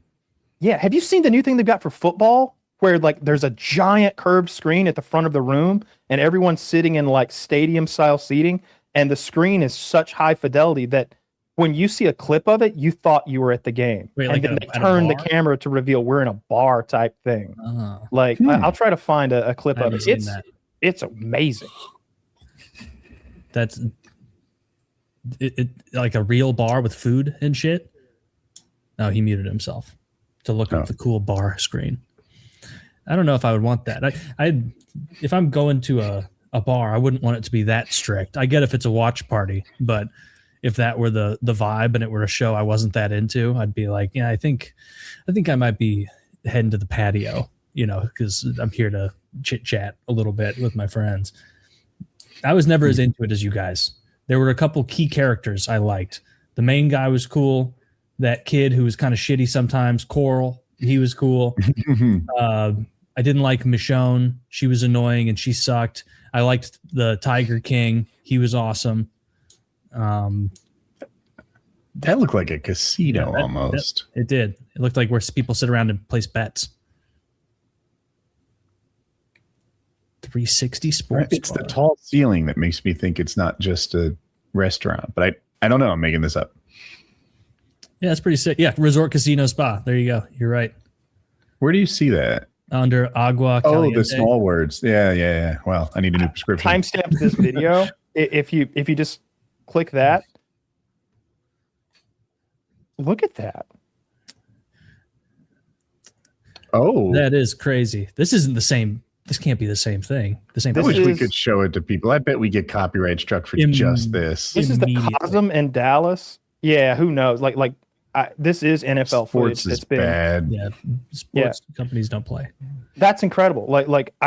I kept watching it and be like, is this the thing I was talking about, or is this the fucking game? You can't tell. It looks like they're sitting in the end zone. That was the giveaway to me. You can't get that close. behind the goalpost. Yeah. Dude, it seems like it would be better than going to the game because I guarantee, service is better. Your drinks are going to show up faster. Your chicken wings are going to show up faster. It's the The bathroom for bathroom me. is closer. All It's that. the bathroom. I'm during a regular NFL game. What's it? 3 hours. I'm gonna need to piss 3 times. If I'm drinking, especially. Yeah, and you're going to get up during the breaks, of course, and that's when everybody's getting up, and now you're in a giant. It's the ordeal. I don't like parking half a mile away, paying $20 for parking, like the trek to your seats, the being lost in the stadium, kind of like that whole scene is not enjoyable to me. When we were in Atlanta, we could walk to the MARTA station, hop on the train, and it took you to underneath the stadium itself. So you just went up an escalator and you're there. Mm-hmm. Like, that was really nice for the Thrashers games. I never went to a Hawks game. Still haven't. Won't. Still haven't. Won't. Yeah, I've never been to a basketball game either. You could offer me championship tickets, and the Hawks were playing the fucking. I don't even know if the Lakers are in the correct side of the. They would side be. Of the, They're on the East versus West. Yeah, I wouldn't go. I have no interest in that. Yeah, I'd sell those. Yeah, basketball's in kind of a good place right now. There's a lot of the new stars are interesting to see, and it's getting good. It's not stale. I know it won't appeal to you, but to people that like basketball, it's like, oh, we got a good little crop coming. Let's see where this goes. Yeah. So we talked about Dustin Poirier having the meltdown in the Atlanta airport on PKN. What we didn't catch was he was dropping N-bombs. Oh, I only watched it without sound. I didn't even. Was it bleeped or? Yeah, it was. It was bleeped, and it's so funny. John Jones tweets. Someone tweets at John Jones, and they say, "Does Dustin have the N-word pass, John?" John replies, "Absolutely. Said that shit so smooth, I literally took no offense." That's a W take from Dustin's one of my favorite fighters. I'm really disappointed that he fucked up like that. He got it, dude. He adjusted his shorts, and they play a side-by-side clip of him in the octagon fighting, and him at the airport getting ready to fight a cop.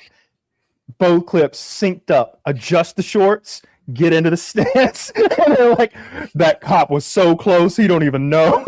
Yeah. Yeah, he was saying like, let's do it, Ninja. Let's fucking do it, Ninja. It was like rolling off the tongue. It was hard to catch, but he was calling the cop a ninja. Why he wanted to fight the cop. I can't imagine. The cop was very much not escalating. In that case, he was a security guard, but yeah, he didn't want any part of that. Wow. He was walking backwards the whole time. I thought he did a great job. The cop did an amazing job at de-escalating it. A woman cop might have killed Dustin Poirier last on Father's Day in Atlanta. If you'd had some trigger happy lady cop, she'd have killed Dustin fucking Poirier, and we'd have all been poor for it. So glad that didn't happen. But he was just, I've seen that play out so many times in those cop videos where someone's too drunk to be boarded. And then they've maybe been a little snooty, or they stumbled and somebody questioned them. And then they got snooty with the gate attendant, whatever that person is, who actually oh, thank you again. Well, and scans your ticket in. They start trouble with them. And then that person has way more authority than you would think. They can literally go, we're not boarding ticket A37. They can go back, catch another flight, and then oh, fuck you. You can't do this to me. I'm going home. And they're like, actually, now you can't fly with Spirit at all. You'll have to find a Delta flight home. Yeah, you'll have to ruin someone's day on Southwest. It just keeps escalating until the person, because they're already too drunk to fly on an airplane, which is an accomplishment in its own right. So drunk, you would think that they would just get there and immediately conk out. No, or maybe they're in the throes of it. They're literally the throes of it. Yeah, there's no amount of HGTV on that little back screen that's going to calm them down. They don't even make it to the plane. Like they usually don't make it into the plane. They catch that they're fall down, slurring my words, being obnoxious, drunk in the the what do you call it when you're waiting at the ticketing area? Not the ticketing area, but where you sit down and watch concourse. Fox News, the gate. Yeah, yeah. I've seen a bunch of those. There's a great one where this black lady has that luggage you can ride. She's too drunk. She's too drunk to get on the plane, and finally they convince her, ma'am, you don't have to go home, but you can't stay here. They're giving her that speech, and she's riding her little luggage away, and the cop is escorting her back out of the airport. Basically, he has to walk with her the whole way, and they get on the little plane train. They go to the next stop, and finally, she doesn't like him following her. Gets in a knockdown, drag out fist fight with him, and starts spitting. By the time it's over, there are 3 cops mushing her into a corner, and she's going, like spitting, and they're like, get us a spit bag now. And so they mush her face into the corner so she can't spit on them, and they won't let her go. And some random white bitch walks by and she's like, let her go. And they ease up a little and she goes, crack up, crack her ass. It's more spitting, and they're like, you see why we have her mushed, ma'am? Keep moving unless you want a problem too. Mush her back up in there. Finally get the spit hood on her. She looks like a beekeeper now. They got her all zipped up. They have to strap her to a wheelchair and roll her ass out. And then they got to wrap her like a burrito, which is my favorite thing to happen to obnoxious pieces of shit. They bring out this thing where it looks kind of like when you're being life lighted out of like the mountains, and they strap you to the gurney really securely, except you're just sitting on the ground screaming at cops, racial epithets. And they're like, at the coup de grace, the best part, they put one of them retard helmets on you at the end. And you look so goofy sitting there wrapped up like a burrito with a helmet on. You like feel a little badass, right? Like if you're getting like wheeled out like Hannibal Lecter from the Atlanta airport. They've got that mask on you. Oh wow, a dangerous genius. Oh no, just someone who had $11, $17 margaritas at the Chili's in Concourse A. I get airsick easy enough. I don't need to add drinking to that. I'd get ruined. Be a mess. Oh yeah. Oh, it doesn't bother me. Oh, I guess I don't get airsick. It doesn't bother me either. I don't get sick in the air. I like to drink on the plane though. I like to have like a vodka and usually get like a Bloody Mary type kind of mixed drink or something like that. Maybe have a beer before I get on the plane. I'd sleep through most of the flight then. Yeah. I want sound canceling earbuds and a movie I picked for my laptop. That's my way. That's nice. That's nice too. But I used to always fly with Civ 5. I would bring my gaming laptop and Civilization 5, and man, sorry guys, we're gonna have to sit here at the gate to wait for clearance. Gonna be about 15-20 minutes before we even take off.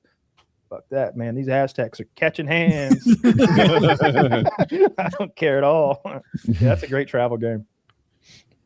I can't imagine how boring it was to fly huge flights before any of these amenities, because you can't really talk to the people next to you on the plane because there's all that ambient it's just loud and annoying it's just not a conversational space. You just have to sit there, and if you forget a book, you're just fucked. You're just raw dogging a 7-hour flight. I did that to Japan. Oh my god! You didn't bring a book or a Game Boy or anything? I would get airsick trying to read on a flight, and I guess I expected more entertainment from the little console in front of me, but I did get a lot of sleep. Yeah, sometimes whenever I see pictures on Reddit of like the good old days of like 1950s and 60s air travel, they're bringing like a roast chicken.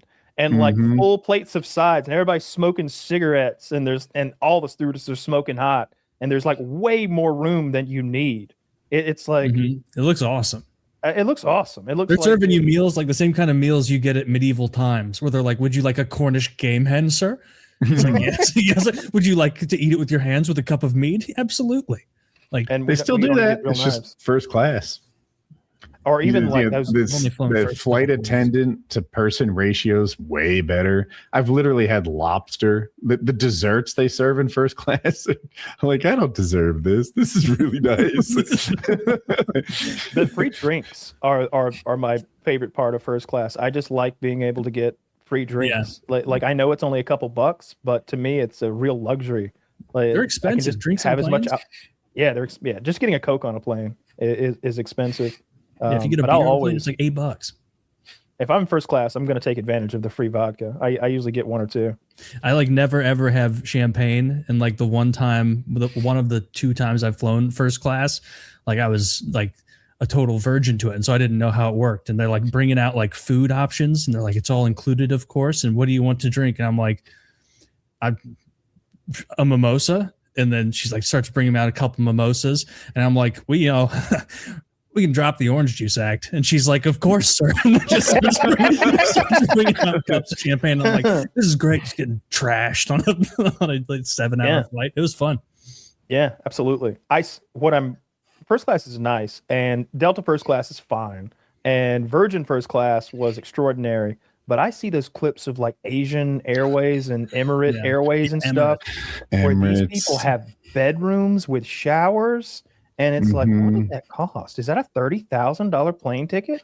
Like, it's wild. They have a queen size bed. They have a big flat screen TV, maybe like 50 inches or something like that, and for themselves. And they have their own little cabin, and they have a shower. They have a shower in there. It's like, that's they're competing with the PJs. That's the challenge. Like, it's so much nicer to avoid security and all that fun stuff. Yeah. Oh, private jet. Yeah, that makes sense. Man, I don't even know that airline. That I'm sorry. I've been talking to Mr. and Mrs. Beast, and I'm kind of entrenched in I went from that must be an airline I'm unfamiliar to maybe the really fancy ones give you like pajamas the way you can get a blanket. Your own give you robes and stuff. They literally do give you pajamas and stuff. Yeah. I've seen those. It was one of the Asian airlines where it wasn't the full-on bedroom I was talking about, but it was like, it was a little bed. Like, it was a bed. I'm super jelly of that because I hate sitting in that goddamn seat. Even first class, my neck starts bothering me, my back starts bothering me after 3 or 4 hours. I don't want to be sitting there for 4 hours. I don't like using that disgusting toilet that we're all sharing up there and pretending like it's up to the. We all paid hundreds of dollars to be here. You couldn't do better than it's like the toilet from a bus. It's a chemical toilet back then. I mean, it is. Big labels. It's like, don't drink this disgusting water. Wash your hands. And it's like, I don't know, dude. Have you seen the video? We probably talked about it when it happened, but that one guy who, it's seemingly his YouTube content is him preparing meals in accommodations that are not meant to prepare meals in. Like, he's in a hotel room and he's using the coffee maker to make a steak, like, or he's using like the iron to like make grilled cheese and stuff. He's got a stinger, which is that thing where you plug into the wall and it's just like a hot wire you put into water to boil water like they do in prison. And he's like boiling up shrimp in the sink he did the same thing in an airline bathroom. He made like shrimp Alfredo or something in the fucking sink. That's kind of dope. Yeah, but really? There's, I think Kyle was one who shared it like a couple of years ago. I hope that was like a Hollywood little booth that was a pretend bathroom, kind of like how like sex traffickers in Ukraine or Belarus or whatever will have those fake bedrooms that they force the slaves into. Like, I hope that's what it was, because otherwise there was an enormous line out there of people waiting, because you're not whipping up a quick, linguine in there, boiling it in your non-potable water. That's disgusting. That guy's a dickhead if that's real. From Linus Tech Tips at that like 50 OG YouTubers thing I did. He was the only one that came by private jet, and he brought his own assistant, like I'm pretty sure on the clock, who just like followed him around with a notebook and stuff, like attending to all his needs. He must be doing really well. What were his needs? Did you overhear?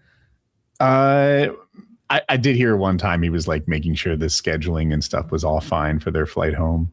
But that's it. Making sure they have something bougier. Like, I want a San Pellegrino. If it's a Perrier, I will send it back. Jimmy had so much staff, like at all of our, like, what do you have, a headache? Are you cold? Are you hungry? Like, they're going to solve any problem that a human might have. And you didn't need your own, but he had them. It's kind of neat. Hey, I'm hungry again. Yeah. They roll out like a fucking cart of Beastables or something. Mine's moldy. Yeah. We've heard that. That's not true. It's true. Here's the clip. Is that a thing? Yeah. I've never heard of that. The bathroom. Yeah. Some are moldy. Don't worry about it. Yeah, it's probably fixed now, if he even does that anymore. Yeah, it probably doesn't do that anymore. It fixed the mold. Here's the guy making shrimp and mashed potatoes in an airport or an airplane bathroom. It is so disgusting. Oh. What an asshole. Can you imagine the stink of boiled shrimp in a bathroom? You know what is definitely in that dish? A lot of garlic. And so you're tempting the people outside the bathroom with a tasty meal. He's using the sink as the pot that he's cooking the shrimp in. He doesn't know that sometimes people pee in that for fun. Always. Oh, where do you pee? Oh, usually the floor. Yeah. Just, right. Oh, garlic. But this is vile. Yeah. He made the stinkiest meal I can imagine. He had, basically, for those who listen, he has powdered garlic mashed potatoes and frozen cooked shrimp, and he is mushing them up and cooking them in the bathroom sink of the airplane, and then he is going back to his seat and eating them out of like a satchel. This guy should be in Guantanamo. This is who we should have sent to that El Salvadorian supermax prison for life. Yes. He'd be a king there. He'd be selling shrimp taters to those guys down there. They oh love my him. gosh, you're right. I love my prisoner like vlogs and stuff, like the interviews with the ex-prisoners. And this one guy was talking about how much money he would make for the Super Bowl party. He would make pizzas, and you took tortillas and you like brushed them with honey water, and then you microwave them, and they sort of like stick together and create the crust. And he's like, I made like, the pizzas were expensive. They were like $100 a piece or something, and he sold like 50 a piece. Yeah, he made no, like for an entire pizza. Yeah, they were big like pan pizzas. I'm hearing 100 a slice. I'm processing. He would make a big pizza with loaded with cheese and meats, and it would be $100. And he sold like 70 of them on Super Bowl Sunday. He made like $7,000 in a day making prison pizza. He's like, I was rolling in it. He's like, I made more money in prison than I was making on the outside. But then you hear the awful stories, like you might have seen the video this week of the guy getting dookie glocked. Dookie glocked? No, yeah. I didn't see the dookie glocked video. You don't know what a dookie glock is? I imagine it's something. Taylor, you're so uncultured. You don't know about dookie glocks. See, is it something with dookie? See, I've been down before, as they say. The dookie glock is when you take a shampoo bottle, right? You shit in it, you piss in it, you pour some milk in there, you might throw an egg, you shit in it again, put the lid on, and every day you shake it up. You just leave it in your cell somewhere. You shake it up, let it rot for a week or two, something like that. Then using like a milk carton or something similar, the size of the vessel you put the dookie in depends on like what weapon you call it. So a dookie glock is a little one. That's just for one person, a little quick. And what you do is you squirt it on the face of the CO when he comes to check on you. So as soon as the guard comes around, like, how you do it, they check you all the fucking time. So he comes to your cell, you hit him with the dookie glock, and it's just this brown shit water that's been fermenting for weeks. And sometimes they just do it just to do it. Like I remember one story that the guard, he's like, yeah, I got dookie glocked. I went and I washed my face off, and I came back to him. I was like, after we'd whooped his ass and everything, we're like, why did you do that? And he's like, you was just the first one to come by. I was going to dookie whoever came by. And then I saw a video on Reddit of a CO getting dookie glocked, and he just goes to check on the guy, and all of a sudden he's wearing a body camera, and you just see brown liquid coat the lens, and the cops just like going to clean. Another thing they'll do, might get hepatitis or something. They'll give you hepatitis. I was going to say there was this one tattoo artist that was getting like what do you call it when you make somebody extorted? He was getting extorted for free tattoos. They were like making him give them tattoos, or they'd whoop his ass, and he was good at it. And you're not going to give him a bad tattoo; they'll just whoop your ass anyway. And somebody went to him like, "Man, why do you let those guys do that to you? Well, you gotta stand up for yourself." And he's like, "Nah, see, I read Sun Tzu: be weak when you're strong, and strong when you're weak. I can't whoop their ass, but I gave them all hepatitis. That's a hepatitis needle. They all got that shit now." He's giving all the bad guys Hep C when they rough him up and make him give him a fucking tattoo. Another one. This is the worst. Oof. Y'all ever use a hurt? That's right out of Sun Tzu. Before you do the last one, I have this image of a correctional officer that's been dookie glocked so many times. He's like a pro at it. Like, you'd think the egg would be the least offensive thing in here, but it's the urine. That is so funny to be pooping in a bottle and then be like, yeah, let's really make this gross. Egg. Like there's like an Indian guard to get dookie likes like, you have no power here. What was the last one, Kyle, that you were leading into? Yeah, the worst one. I'm trying to find the dookie glock video. I think I have it. I trust you. Yeah, I got the dookie glock. So the worst one I heard about was, you ever hear of like, have you ever used paint stripper, like the good kind, for like automotive paint. It's called. There was Not a product sure. we used to use called Towel Strip, and the point of the name was that you brush this stuff onto the car, onto the paint, and it's going to eat the paintbrush, by the way. So don't use an expensive one. And then in about 5-10 minutes, the paint literally starts bubbling up, and you can scrape it off now with a towel. So it's become Towel Strip like ready. And if you're stripping a car down to the bare metal to like completely redo it, it's what we would do. It's scary. It's gelatinous a little bit too. It's thick. So what they did was they went to the automotive and they got some towel strip and they put it in a peanut butter jar and they added a little Kool-Aid to it to make it look like a jar of Kool-Aid. And then they threw it in the guy's face while he was handcuffed, and the guard ran away and it ate his eyeballs out. Oh my gosh. Yeah. No, you have me curious about the product. Do you have to do anything to deactivate it on the car? No, you just wipe it off and you're good. So what we would do, and I don't know if this is the right practice or not, it's just what we would do. We brush it on the car, we'd strip it off, usually scraping it with like a metal scraper. And then it would be on the floor in like heaps. And then we had a drain in the shop in the middle, and everything flowed down, and we just hose it down the drain. It'd go like out the back of the shop. So you didn't have to get it like the remnants of the traces off the car. Oh, you did. Yeah. Because it would burn you if you got it on you. I've got it on me a little bit before, and it starts like burning right away. Like it's very scary stuff. Jeez. Yeah. What a I bet you that place. product is like dangerous for other reasons. Like, but when you combine it, when it touches ammonia or, when it touches aluminum or something, wild stuff happens. There's got to be a reaction you can get out of it. Yeah. It's, we loved it because like sanding down a whole car takes all day, to sand the paint all the way down to bare metal, but that stuff takes it off in 20 minutes. I think we'd wash the car, maybe like hit it with a pressure washer after. I really don't remember that part. Have you guys been gaming lately? I think Taylor's kind of both sort of stepped away from gaming lately. Yeah, I've been done on a that. long hiatus from. I'm on the other side. I game all the time. I love Marathon. I root for it. I hope it does well. I have over 600 hours in it, and I'm kind of opened my door, and it looks like Rainbow Six Siege is my next game. This is a competitive shooter that people are good at. And most of the walls are destructible, so there's so much to learn about proper site setup.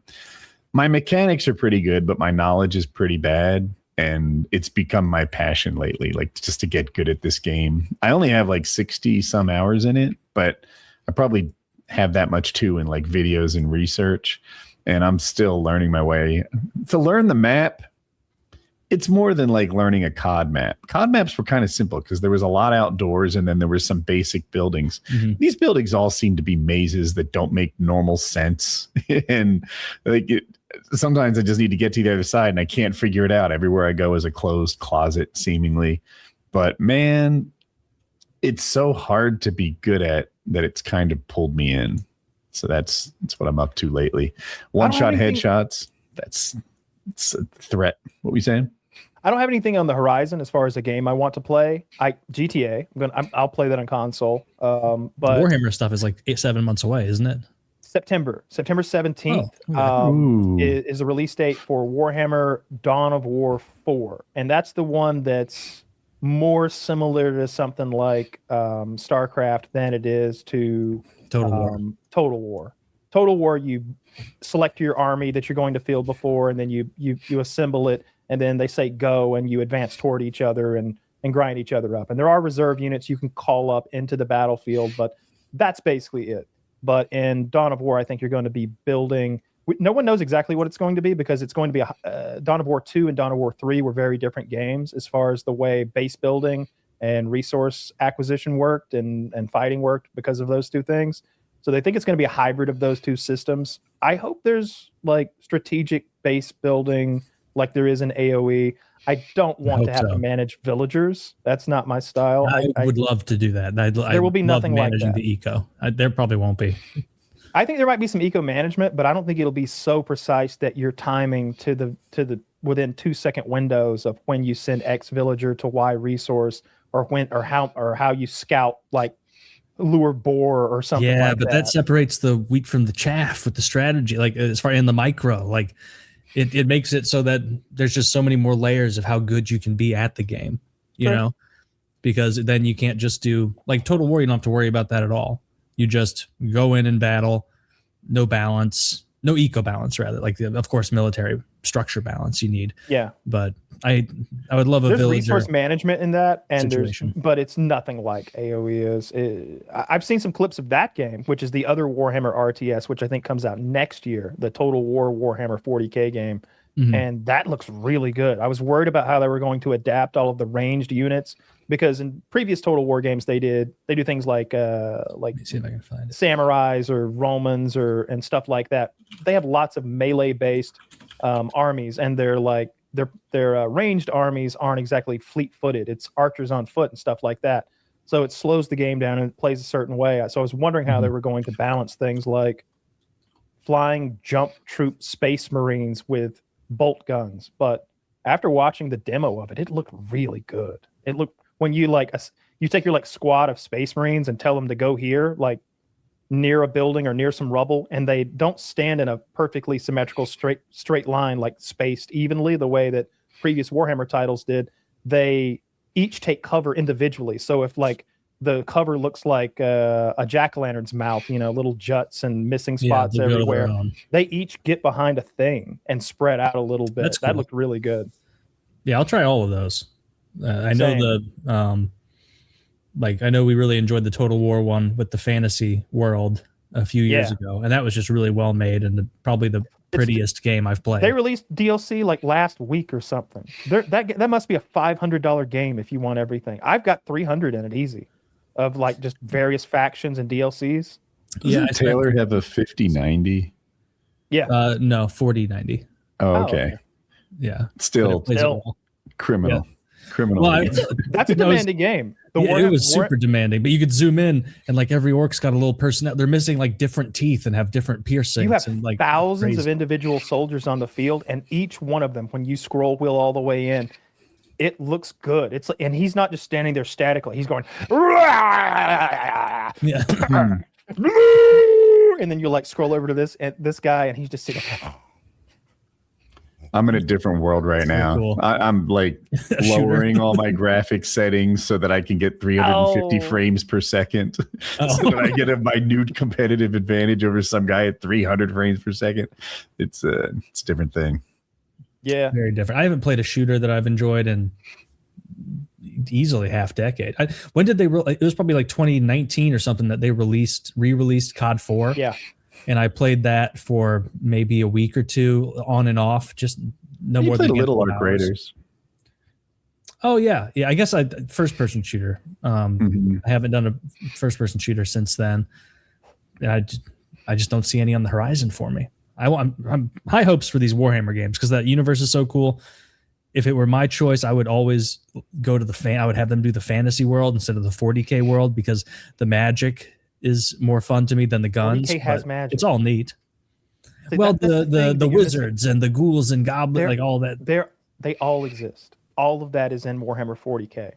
All of that. Okay. There are gods. There are demons. There are what are essentially wizards and warlocks. There are cultists who there's always a cult infiltrating one of the planets and hiding out, and they're worshiping some evil god, and they're trying to do a sacrifice that'll open a portal to hell so they can allow the evil to flow in. And it's like the evil is contagious, so the people are mutating and turning into fucking ghouls and goblins and shit. I mean, there's dwarves, you know, like all of that exists in Warhammer 40K. So there's going to be another Ogren faction? So I remember I had a lot of fun playing those guys in the fantasy one. They weren't great. The Ogren are 40K. The Ogren are 40K. Those are abhumans who were like dumb people who grew up on a planet with too much gravity, and so they're close enough to humans that most of the Imperium doesn't outright think they need to be exterminated, and so they serve within like the Astra Militarum, like the space armies, and they often serve as personal bodyguards to commissars because they form this like dog-like bond with whoever their guy is. And so in a lot of the Warhammer 40K novels, they're tear jerkers because the Ogren is so down. No matter what, he's coming to save you. Did they blow his head half off? He doesn't care. he's going to crawl to you and save the day. He's going to give his last lifeblood to save his commissar. And he's like walking out with one leg and half an arm carrying his buddy back to his regular human buddy back to safety. Like that happens all the time in 40K novels. The Ogre, they're a fun little part of the world that I liked. They were not a useful faction in the fantasy version, but I just liked their lore so much that they were a fun one to play with. But yeah, they wouldn't be a very useful 40K army. Like I would imagine you want those guys sprinkled in, not you wouldn't want a whole regiment because they were regiments because they're kind of retarded. They're okay. You usually have like a human leading like several Ogren, and the Ogren will range from the intelligence of a 3-year-old to about a 5-year-old or something like that. Ooh, not a great and window. then like I don't think any Ogren had ever. There was a story, I can't remember the details, but it was like this Ogren can count to 5. He's in charge. Put him in charge of all the others. He can count to fucking 5. That's an accomplishment. This is one of the smart ones. And he can carry, what would usually be reserved for a tank size. They're strong. Yeah, they really are. They're as strong as a Space Marine. As far as physical strength, they're just dummies. They're big, retarded galoots who sometimes don't know how badly they're injured, so they just keep fighting. That Gav and Bob storyline that's on YouTube, that was a good one. Where he like keeps getting, he's like, then the mean wizard shot blue lightning at Bob, and it hurt, but that made Bob mad. And you're like, oh shit, that's great. I love that shit. Yeah, it's a really cool world. I hope Henry Cavill gets on his horse and gets that shit made. Unless it's already been shot down, because that was years ago when it was talked about initially. That's an ongoing project. It's just going to take a long time because there's a lot of people to please. You have to get it through Amazon. You have to get it through Games Workshop, who's very particular about how their product and their characters are represented. See, it's not like a lot of IPs that get made into TV shows and movies where you bend the rules a little bit. All right, this time Batman's not so much a detective as he is like a vigilante. Or this time, you can't do that. You can't make a different kind of Superman because Games Workshop is very particular about their story and about these characters, and it's all kind of in concrete as far as the storyline going forward is. So whatever Henry Cavill does, if it's in previous Warhammer time periods that's already been written about and cemented down, it has to be right as far as Games Workshop is concerned. They can't make this character do something he didn't do.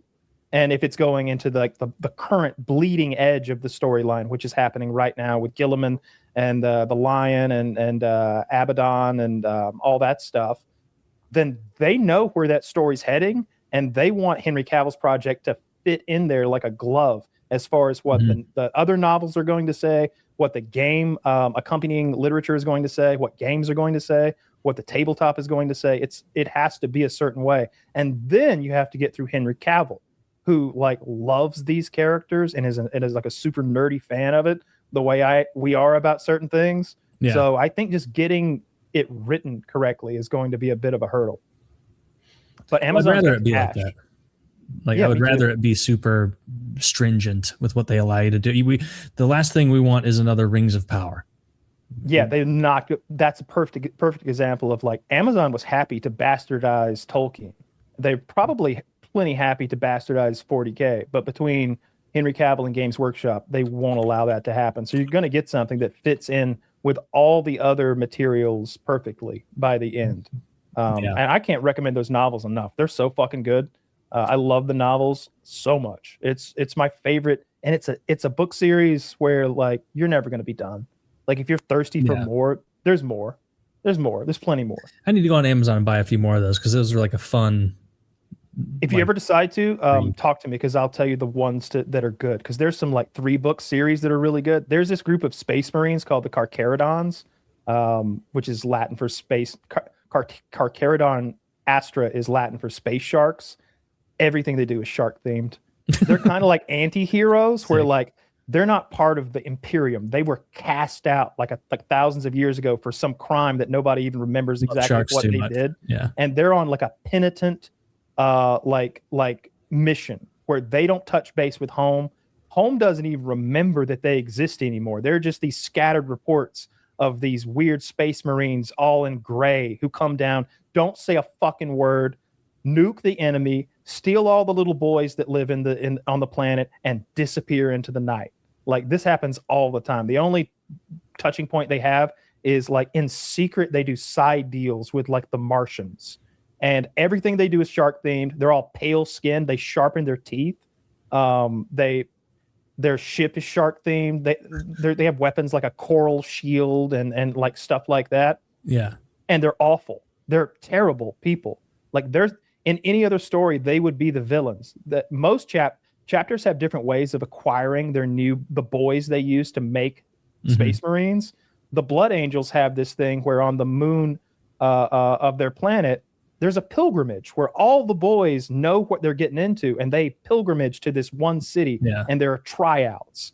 And sometimes kids die in the tryouts because they want to be Blood Angels.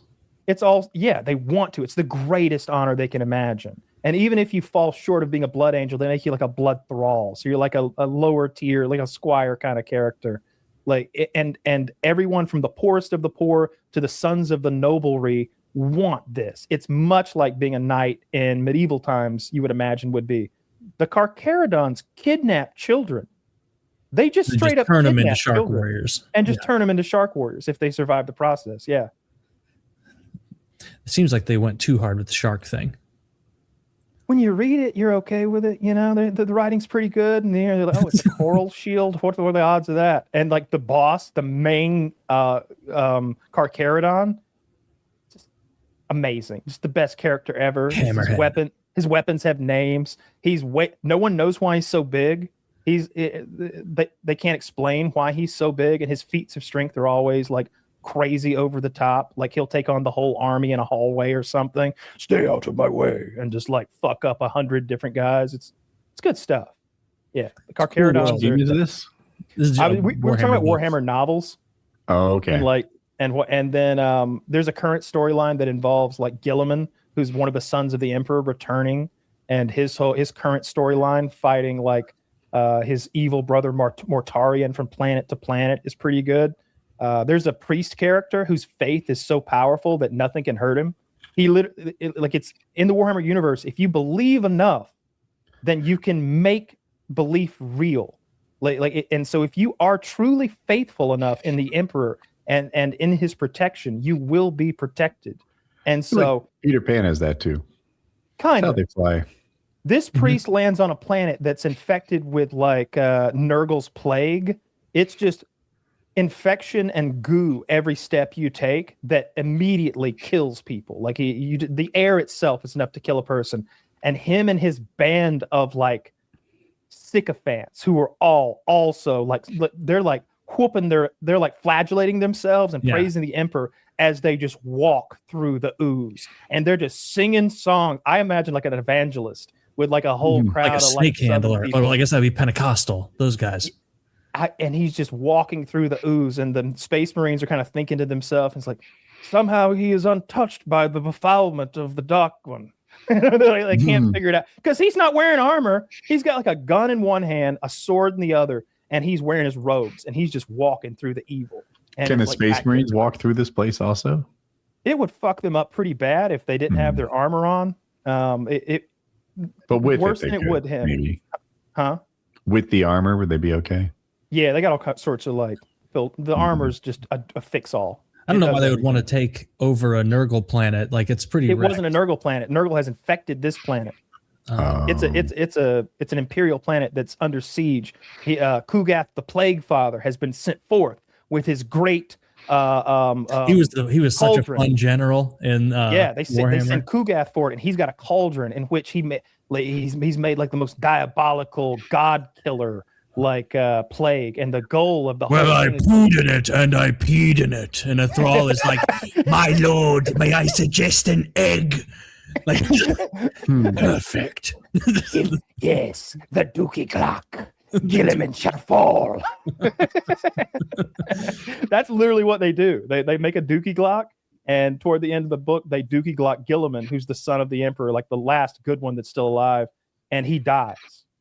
And then just as he's dying, as his brother stands over him celebrating, Deus Ex Machina, God shows up, the emperor himself.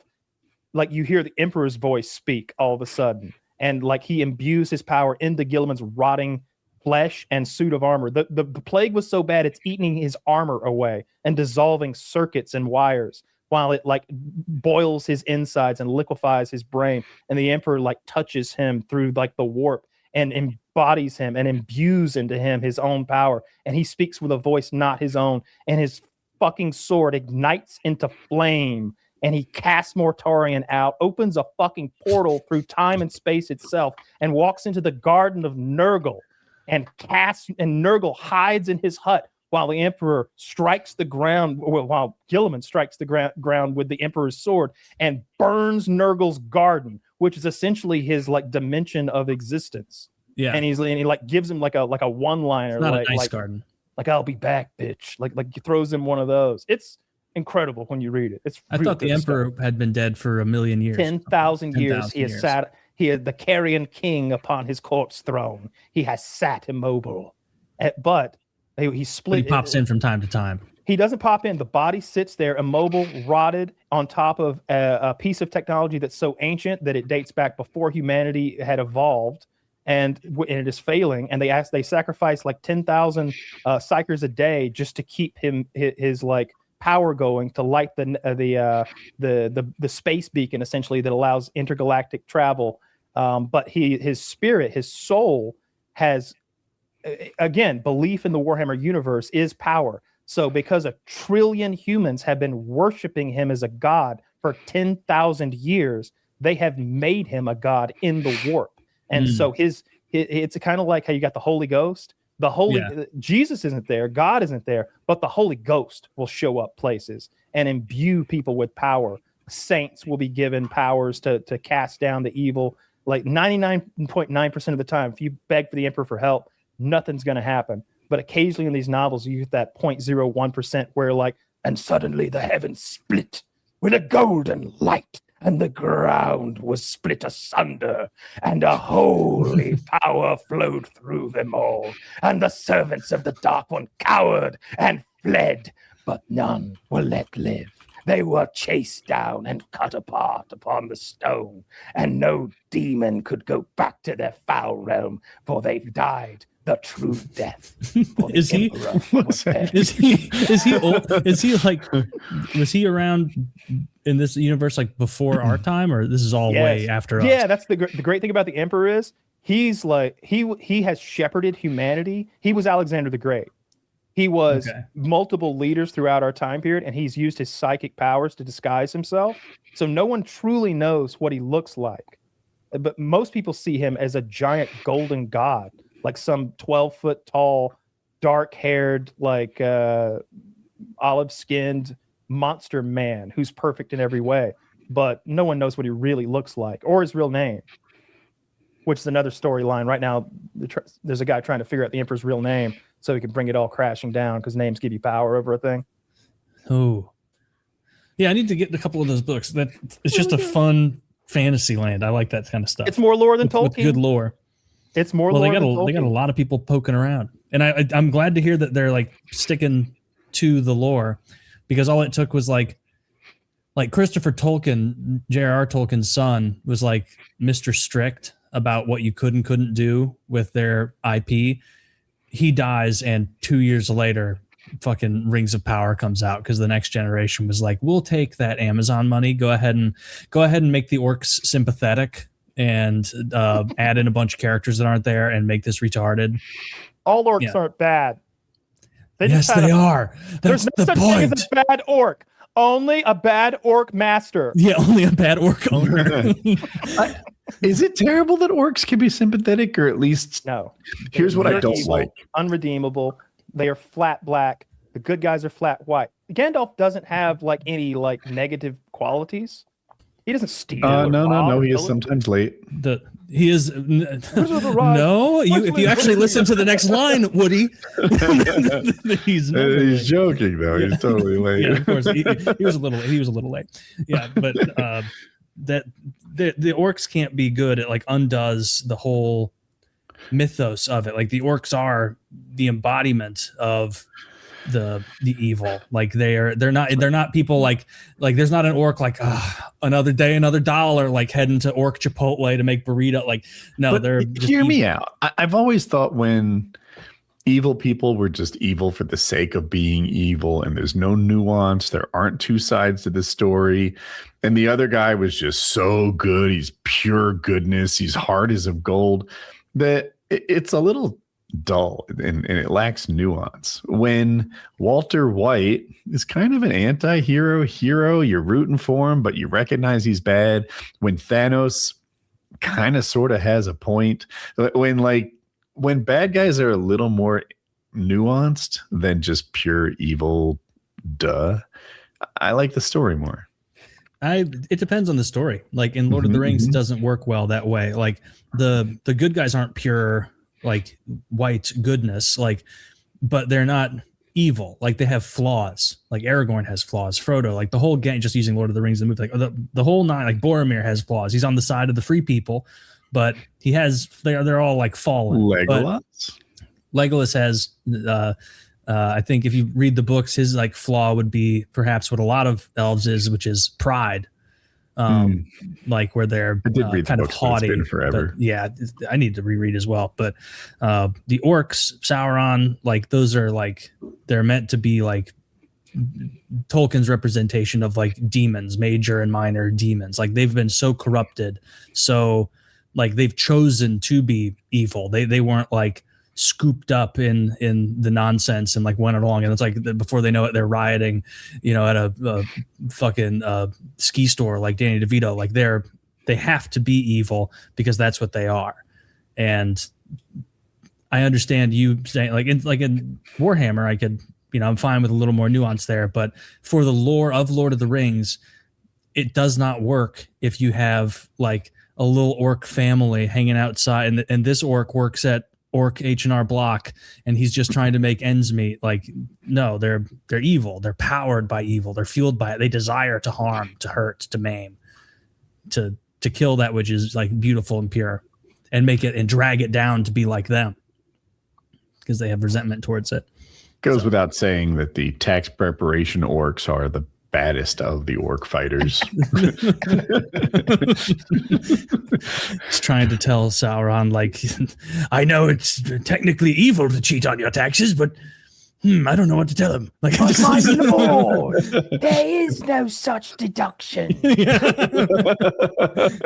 There is now. They're billing you 60 shekels for one simple tool used to torture Gollum. We could get that for free almost. Yeah, but they really fucked up Rings of Power. I'm so glad that show failed and it's continuing to fail. Still going, I think. Dude, its ratings are horrible. It's a total cultural irrelevancy. So, House of Dragons or House of the Dragon or whatever it's called. Coming soon. Now, oh, it's out. Yeah, I'm gonna watch it tonight. It came out like a day or two ago, and I saw like a little buzz about it on Reddit and some like. I'm really good at avoiding spoilers, so as soon as I saw like a character I recognized in the show, I was like, flick, like don't look at that. But it seemed like something big happened that involves the black Targaryen sea captain guy, and also maybe Matt Smith, the incestuous uncle with the ponytail. So I'm pretty hyped for that. I'm gonna watch that tonight. Did it leave off last season with the boys dying on dragons, or was that 2 seasons ago? I think that was the first season where the one-eyed kid accidentally, quote unquote, murdered the other kid. Right. I don't quite remember the end of last season. I'll do, it'll have that catch up, like 3-minute thing preceding the new episode. But my girlfriend likes that show, and I like it too. And I didn't realize, but the little girl actor from season 1 who initially plays the queen, she's Supergirl. She's the new Supergirl. I didn't really watch Supergirl. Well, it's a movie in theaters right now. Oh, I'm not dialed into that. Okay. I still haven't seen Backrooms. I need to see that. Oh, okay. Actually, at this point, it's been too long. I'll just wait and Hail Mary. buy it. I saw it's only $6 to rent now on Amazon. That might be cheap enough for me. Yeah, that's I highly recommend it. Like I think it's very good. It has enough like It's a little long. You're really gonna like Rocky. Rocky is so endearing. I loved Rocky by the end, and then like you've read the book, I think, so you know how. So you know it's a spoiler, so we won't go too into it, but you know how he got there, like the Ryan Gosling, how he ended up on the mission. Why he got That's not revealed until like the very end, because he has a bit of memory loss. So he wakes up and he doesn't know where he is or how he got there. Yeah, there's memory loss in the book too. Yeah, he's like, "Am I smart?" He's made a list of like stuff to try to figure out who he is, and one of the notes was lots of muscles. Like I'm really ripped. And another one was, "Am I really smart?" Because he like looks at a thing and he's like, "Oh, what do we have an atomic resonance electron microscope scanner for? How do I know what that is?" He's going through that at the beginning. Yeah, I dug it a lot. And it's beautiful. Like, see, like the scenes in space when they're doing space stuff look really good. I was wide-eyed watching them. They have to go to a planet to do a thing, and it's dangerous inexplicably, and I was very into that. And then just the relationship between Gosling and Rocky is super endearing. Like I was tearing up multiple times in that movie over the friendship of Rocky and Ryan Gosling. I loved it. Yeah. And then thinking ahead so as not to spoil it, but the ending is in doubt, and it was neat to see that unfold. Yeah. The ending is free. The ending is tremendous. Yeah, I really liked the way the movie ended. Not just the very, very ending is good, and like the culminating event at the end, the thing that's like, oh, one more thing we got to do here. Like all of that is really good stuff. It's a really heartfelt movie. I liked it a lot. And then I'm going to recommend it every week to you watch it. But Widow's Bay on Apple TV is such a good TV show. It is so good. It's the horror comedy show that doesn't really mix the horror and the comedy. They're kind of separate, and it works real well. And all the character actors are tremendous. It's got like cutesy, quirky humor, a lot of dry humor, but then some like dark, scary stuff happening too, where the island is like cursed, basically. Like it's got all the problems. There's like an evil clown. There's like a serial killer slasher like Michael Myers. There's a sea witch. There's a curse. There's all sorts of things. There's a storm that sucks people up off the streets. There's black magic grimoires manipulating people. There's all sorts of stuff happening every episode. It's really, really good. It's not like I just don't know if I want to sign up for Apple TV. Oh, just you don't have for Apple one TV. show? No, I don't have. Well, Apple TV is probably the leader in like sci-fi programming. All of their shows are good. They got For All Mankind. They've got Silo. There's a lot of stuff on Apple TV to watch. And I've been watching. What's the one with De Niro we were talking about? Cape Fear. Cape Fear, the TV show, is on there now too, with Javier Bardem as the bad guy. That's really good too. Apple TV is tremendous. I don't know what it costs. I don't pay for it. Who does? My girlfriend. That's the one app she pays for. I think I got all the other apps. That's the one app. She does Netflix and Apple, and I do everything else. How many? Do you have all of them? Yeah, I've got Disney, which comes with Hulu, and I've got on Prime. I've got HBO and Shudder and Howdy and AMC, and then I've got Paramount Plus, and I've got Peacock that I get through my Instacart.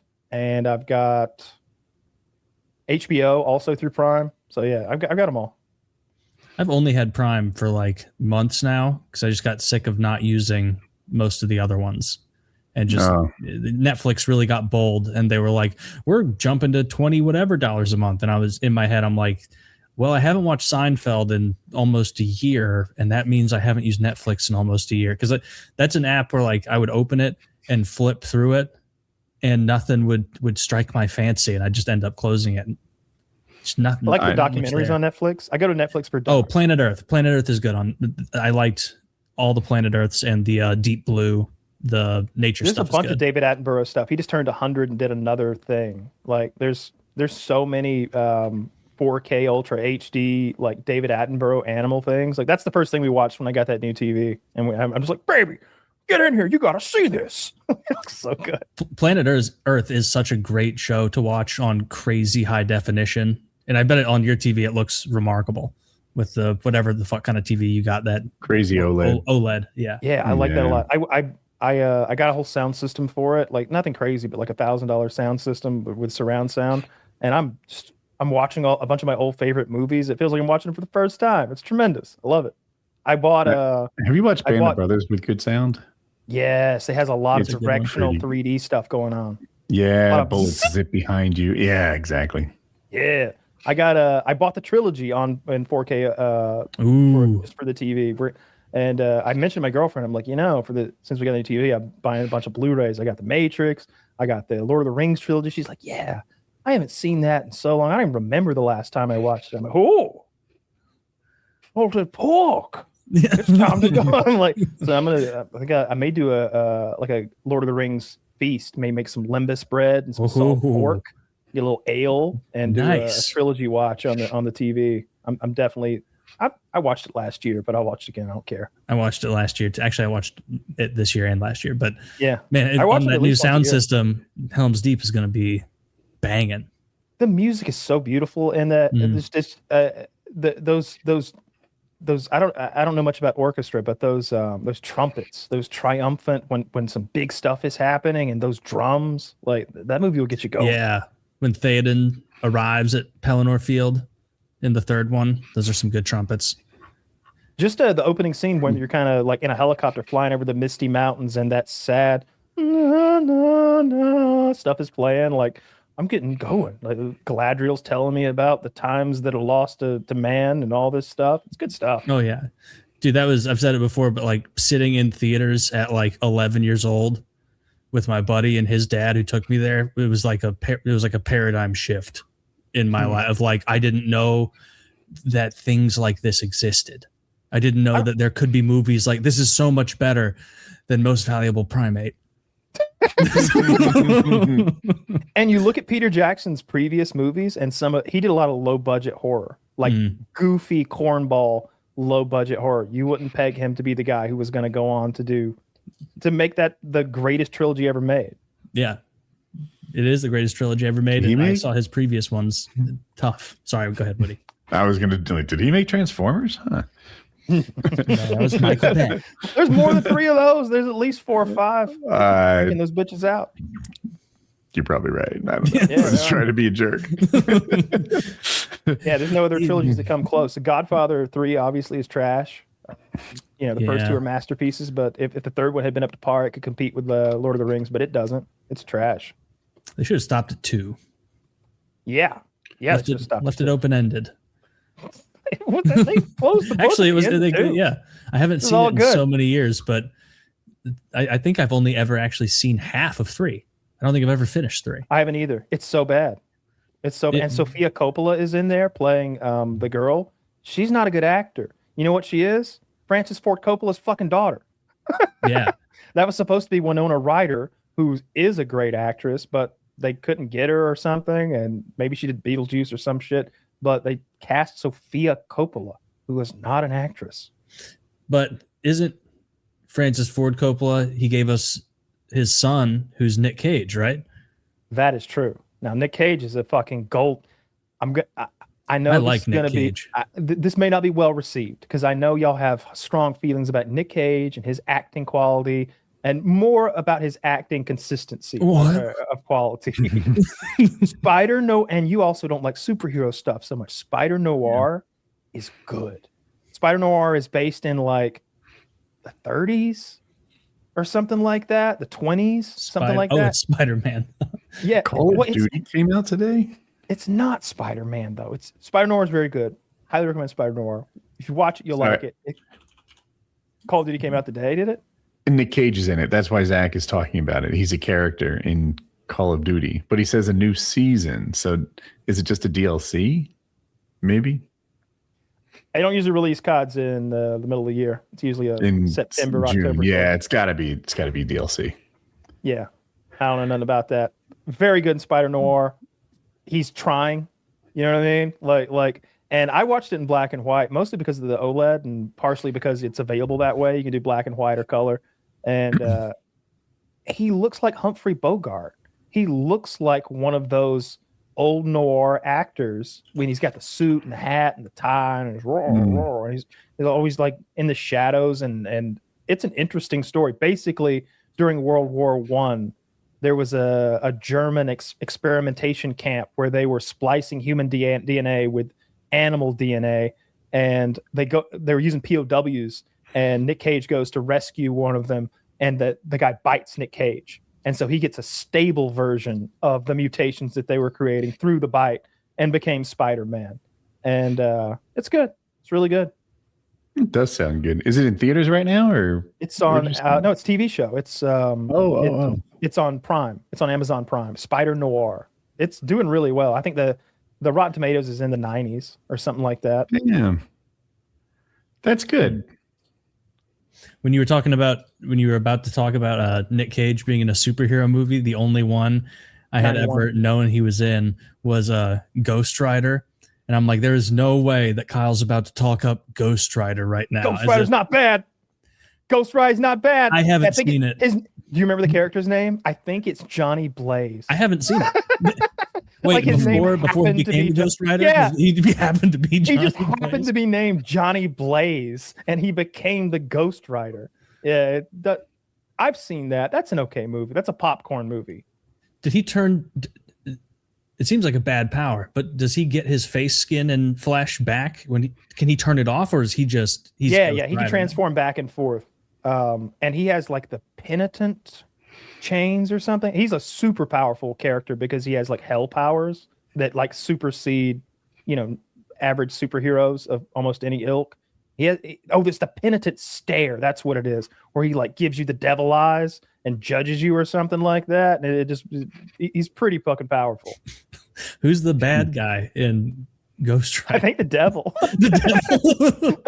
I don't really know. Hey, you don't leave a lot of room for sequels when you go straight to the devil being what does the bad guy. Stare do? Should have started with like some minor demon. When Ryder locks eyes with a sinner, the stare sears their soul, forcing them to mentally relive every act of pain and suffering they have ever inflicted on others, feeling the agony 1,000-fold. Wow, that's. But can he also like throw like fireballs? Yeah, fireballs. He's got some chains. He's got some like magical chains. A little Hellraiser-y, maybe. Yeah, actually, a little bit. And then he's got the motorcycle, so I think he drags people around a lot. I feel like a headbutt from him would just set you on fire. Definitely. And there's no flesh. It's just straight skull bone. Yeah, I don't recommend that. I've been reading I got some bad news over here on Discord. I'm catching up on it. The guy who was going to get cored out for us by the tranny prostitute, I think he may have been arrested. I think he may. I can't imagine. Maybe one of our listeners called it a little was it for? The cocaine guy? I thought it was meth, but yeah. Oh, meth? Okay. He's selling drugs. I'm reading here something that suggests that he may have been arrested because somebody's like, so hilarious. He joined the Patreon again and then immediately got arrested. So I don't know what exactly happened, but fingers crossed he's there for us this weekend. Yeah. I hope he's out on bail getting cored out by a prostitute with a penis. Yeah. Cored out is just so vicious sounding. I know. That's like some Vlad the Impaler like visuals. Yeah, they would that went pretty hard up your ass. Yeah. Everybody makes that guy out to be the bad guy. He was defending his homeland from a Muslim Turkish invasion. That is true. And he was I say poles and asses when that happens, sometimes you're pushed to the brink. They did say that he would sop his bread in the blood of his enemies while he watched them moan in agony on the poles. That seems a little propagandistic. It does. Yeah. He was probably like, oh, sounds bad. Definitely tell people that. Tell people then that. You realize he had no butter and had to make do. And really, he's just toughing it out. Yeah. He was just kind of a Liver King kind of guy in addition to... Oh my God, I'm glad you mentioned that. Did you see that the body cam and police surveillance cam videos of the Liver King got released? No. He's such a loon, you won't believe it. Like, you see people like act crazy in public. You've seen him act crazy in public and on camera, but it's like, dude, you set up a tripod before you did this. It's hard to gauge how crazy you actually are. They have like the hidden cameras in the interrogation rooms, and he's pacing around in there. He's like, I challenged a man, supposedly a man, Joe Rogan, to a battle of fisticuffs. And what happens? I'm interred. He's like, and he's going on this rant to himself, not knowing he's on camera, and just like pacing around in the interrogation room like a psychopath. I linked the video of him in the interrogation room. He looks so much like a creative class character. It's crazy. Even in Why the did they let him keep room. his tactical vest? I told you to take the wizard staff. He looks like a wizard. This is like a modern day. This is what you would hope Gandalf would look like. How old is this man? Why does he look like he's 96 and jacked? That guy's 42. No. Let's get before I Google it. How old do we actually think Liver King is? Because I'm gonna say 47. With that face, 54. He's a very old-looking 54. I'm going with. I typed too quick. He is 48. Ooh, nailed it. Yeah. Wow. And he's That is from the roughest 48. he's from I've Puerto ever Rico. seen. Huh. The more you know. Yeah. So what did I he thought say he was about Joe American. Rogan? He was like, I'm gonna fuck up Joe Rogan if he's not careful, or just random threats. Oh no, he traveled to Austin, Texas with a weapon to challenge Joe Rogan to a fight. And Joe Rogan had to call the authorities, and he was apprehended again with a weapon. He made a video where he's like being real cutesy about it. The Liver King did. And he's holding the camera. He's like, I want to see Joe Rogan. I'm heading down to Austin, Texas, to go see the big man. Yeah, I'm going to show you those. I shouldn't show you. There's a box in front of me. I'll show you a little. And he like opens. I don't remember exactly what it looked like, but I'm in my head now. I picture a cigar box, and he opens up. There's a fucking handgun in there. Don't worry about that. He's like, he's going to Texas to get Joe Rogan armed. And I didn't know he actually tried. Oh yeah, he went to Austin. Yeah. The gun thing's a problem, but I'd love to see those two fight. Liver King would set up a tripod. I bet it would. Liver King would get fucked up. Yeah, Liver King would get destroyed. Joe Rogan would just do what he wanted to him. He would absolutely close the distance. I mean, Joe Rogan's got striking and grappling, but I bet he'd choose grappling. Yeah. And then, whatever he felt like, I bet he'd choke him out. And then just be like, all right, did you learn your lesson yet? Or do you need another? I bet that Joe would use his ult, that spin kick, and then just break his leg, break his femur with his heel. It is so funny that he's like the biggest broadcaster on earth, and then occasionally I'll see that clip of him doing the spin kick, and it's like, to me as an untrained person who doesn't watch the sport, I'm like, this looks like a world-class kick. That looks so fucking hard. George St. Pierre was one of the greatest of all time. He's on that short list, perhaps the greatest fighter who's ever walked on earth. And he went to Joe Rogan to get trained to spin kick like him. Yeah. His coach was like, you're not going to believe this, but you know who the guy is? It's Joe. It's Joe Rogan. And he's like, really? He's like, yeah. And he goes out and Joe's teaching him, and he's watching GSP, who picks it up pretty quickly because he's GSP. And, but he's like, nah, he's just correcting his form, coaching what I thought was really effectively until GSP got it right a few times in a row. And he's legit. For all the fussing I have about Joe Rogan not talking about the fights when his job seems to be to talk about the fights, or overreacting with DC, his spinning kick, please, Joe, never hit me with that. He hits the bag. I sent the video. Folds it. He folds it, and there's an audible pow. Like he's kicking it so hard. It's it looks like it would break your ribs, lacerate your liver, shit like that. Yeah. Pop your ribs right into your lungs. Yeah. The guy in this video is George St. Pierre. It's when he's still an active fighter. That's insane. And it's fucking Joe Rogan. Yeah. Oh, that's the news radio guy. That'd be so funny to be someone in 2026 who's still like, the news radio guy? You have no idea. Yeah, I loved him in news radio. That's when he had all of his hair. Never seen that. Never seen He the was second super of it. fit in that. Every once in a It's got while, he'd Phil take his shirt Hartman. off on that show, and you'd be like, "What? I know he had that under there. I Yeah. couldn't tell." Yeah, it was always a good punchline when whatever reason Joe's shirt came off, and everybody's the whole it's a live studio audience, and they're like, "Woo!" It's good he's on the shorter side. If he were tall, he would have have too much. Like Yes, it'd be too much way for one man. That's Yeah. not fair. If you were like 6'3", it'd be like, yeah, I'm not a fan of that guy. My favorite clip of him getting a little dunked on. He's got Theo Von on his show, and they're talking about the cold plunge. And Rogan is showing a video of him doing his cold plunge, and there's literally like ice on the top. He's got to break up, and he's in there.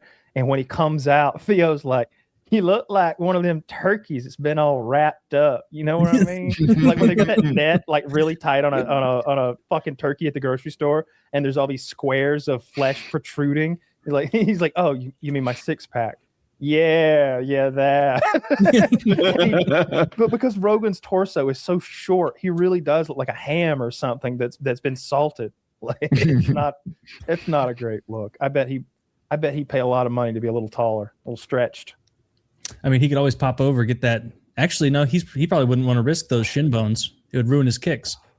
He's also like older now. I'm sure he's come to terms with it. And it's his torso too. His torso is very short. He looks like he'd have a hard time like He's a shorter guy. on a roller coaster. Wouldn't be able to see shit. Is Dana White short? No, he's about the same height as Trump.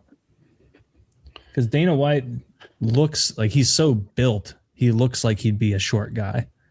You know, he's had a couple body transformations. He's gone from like fat with like obvious blood pressure issues and stuff, looking like a tomato, to like actually kind of jacked, getting it together. Yeah, I saw him with a six pack not that long ago. And then like currently his arms have always looked really powerful. He's often sitting at a desk, with his elbows up there, and he talks with his hands, and his forearms have always looked really powerful. He's been on steroids clearly forever, like TRT of some kind, like something basic. Must be. Yeah. Oh, yeah. Yeah. Are there any good ones coming up, or is it? Yes. Fights? Oh, Conor McGregor. July 11th. Oh, yeah. Yeah. I still say Conor's going to get him. You guys going to place a bet on that one? We already have one, I think. I have Max, and he has Conor. I am fully convinced Conor's going to get smoked. He's not in the same class.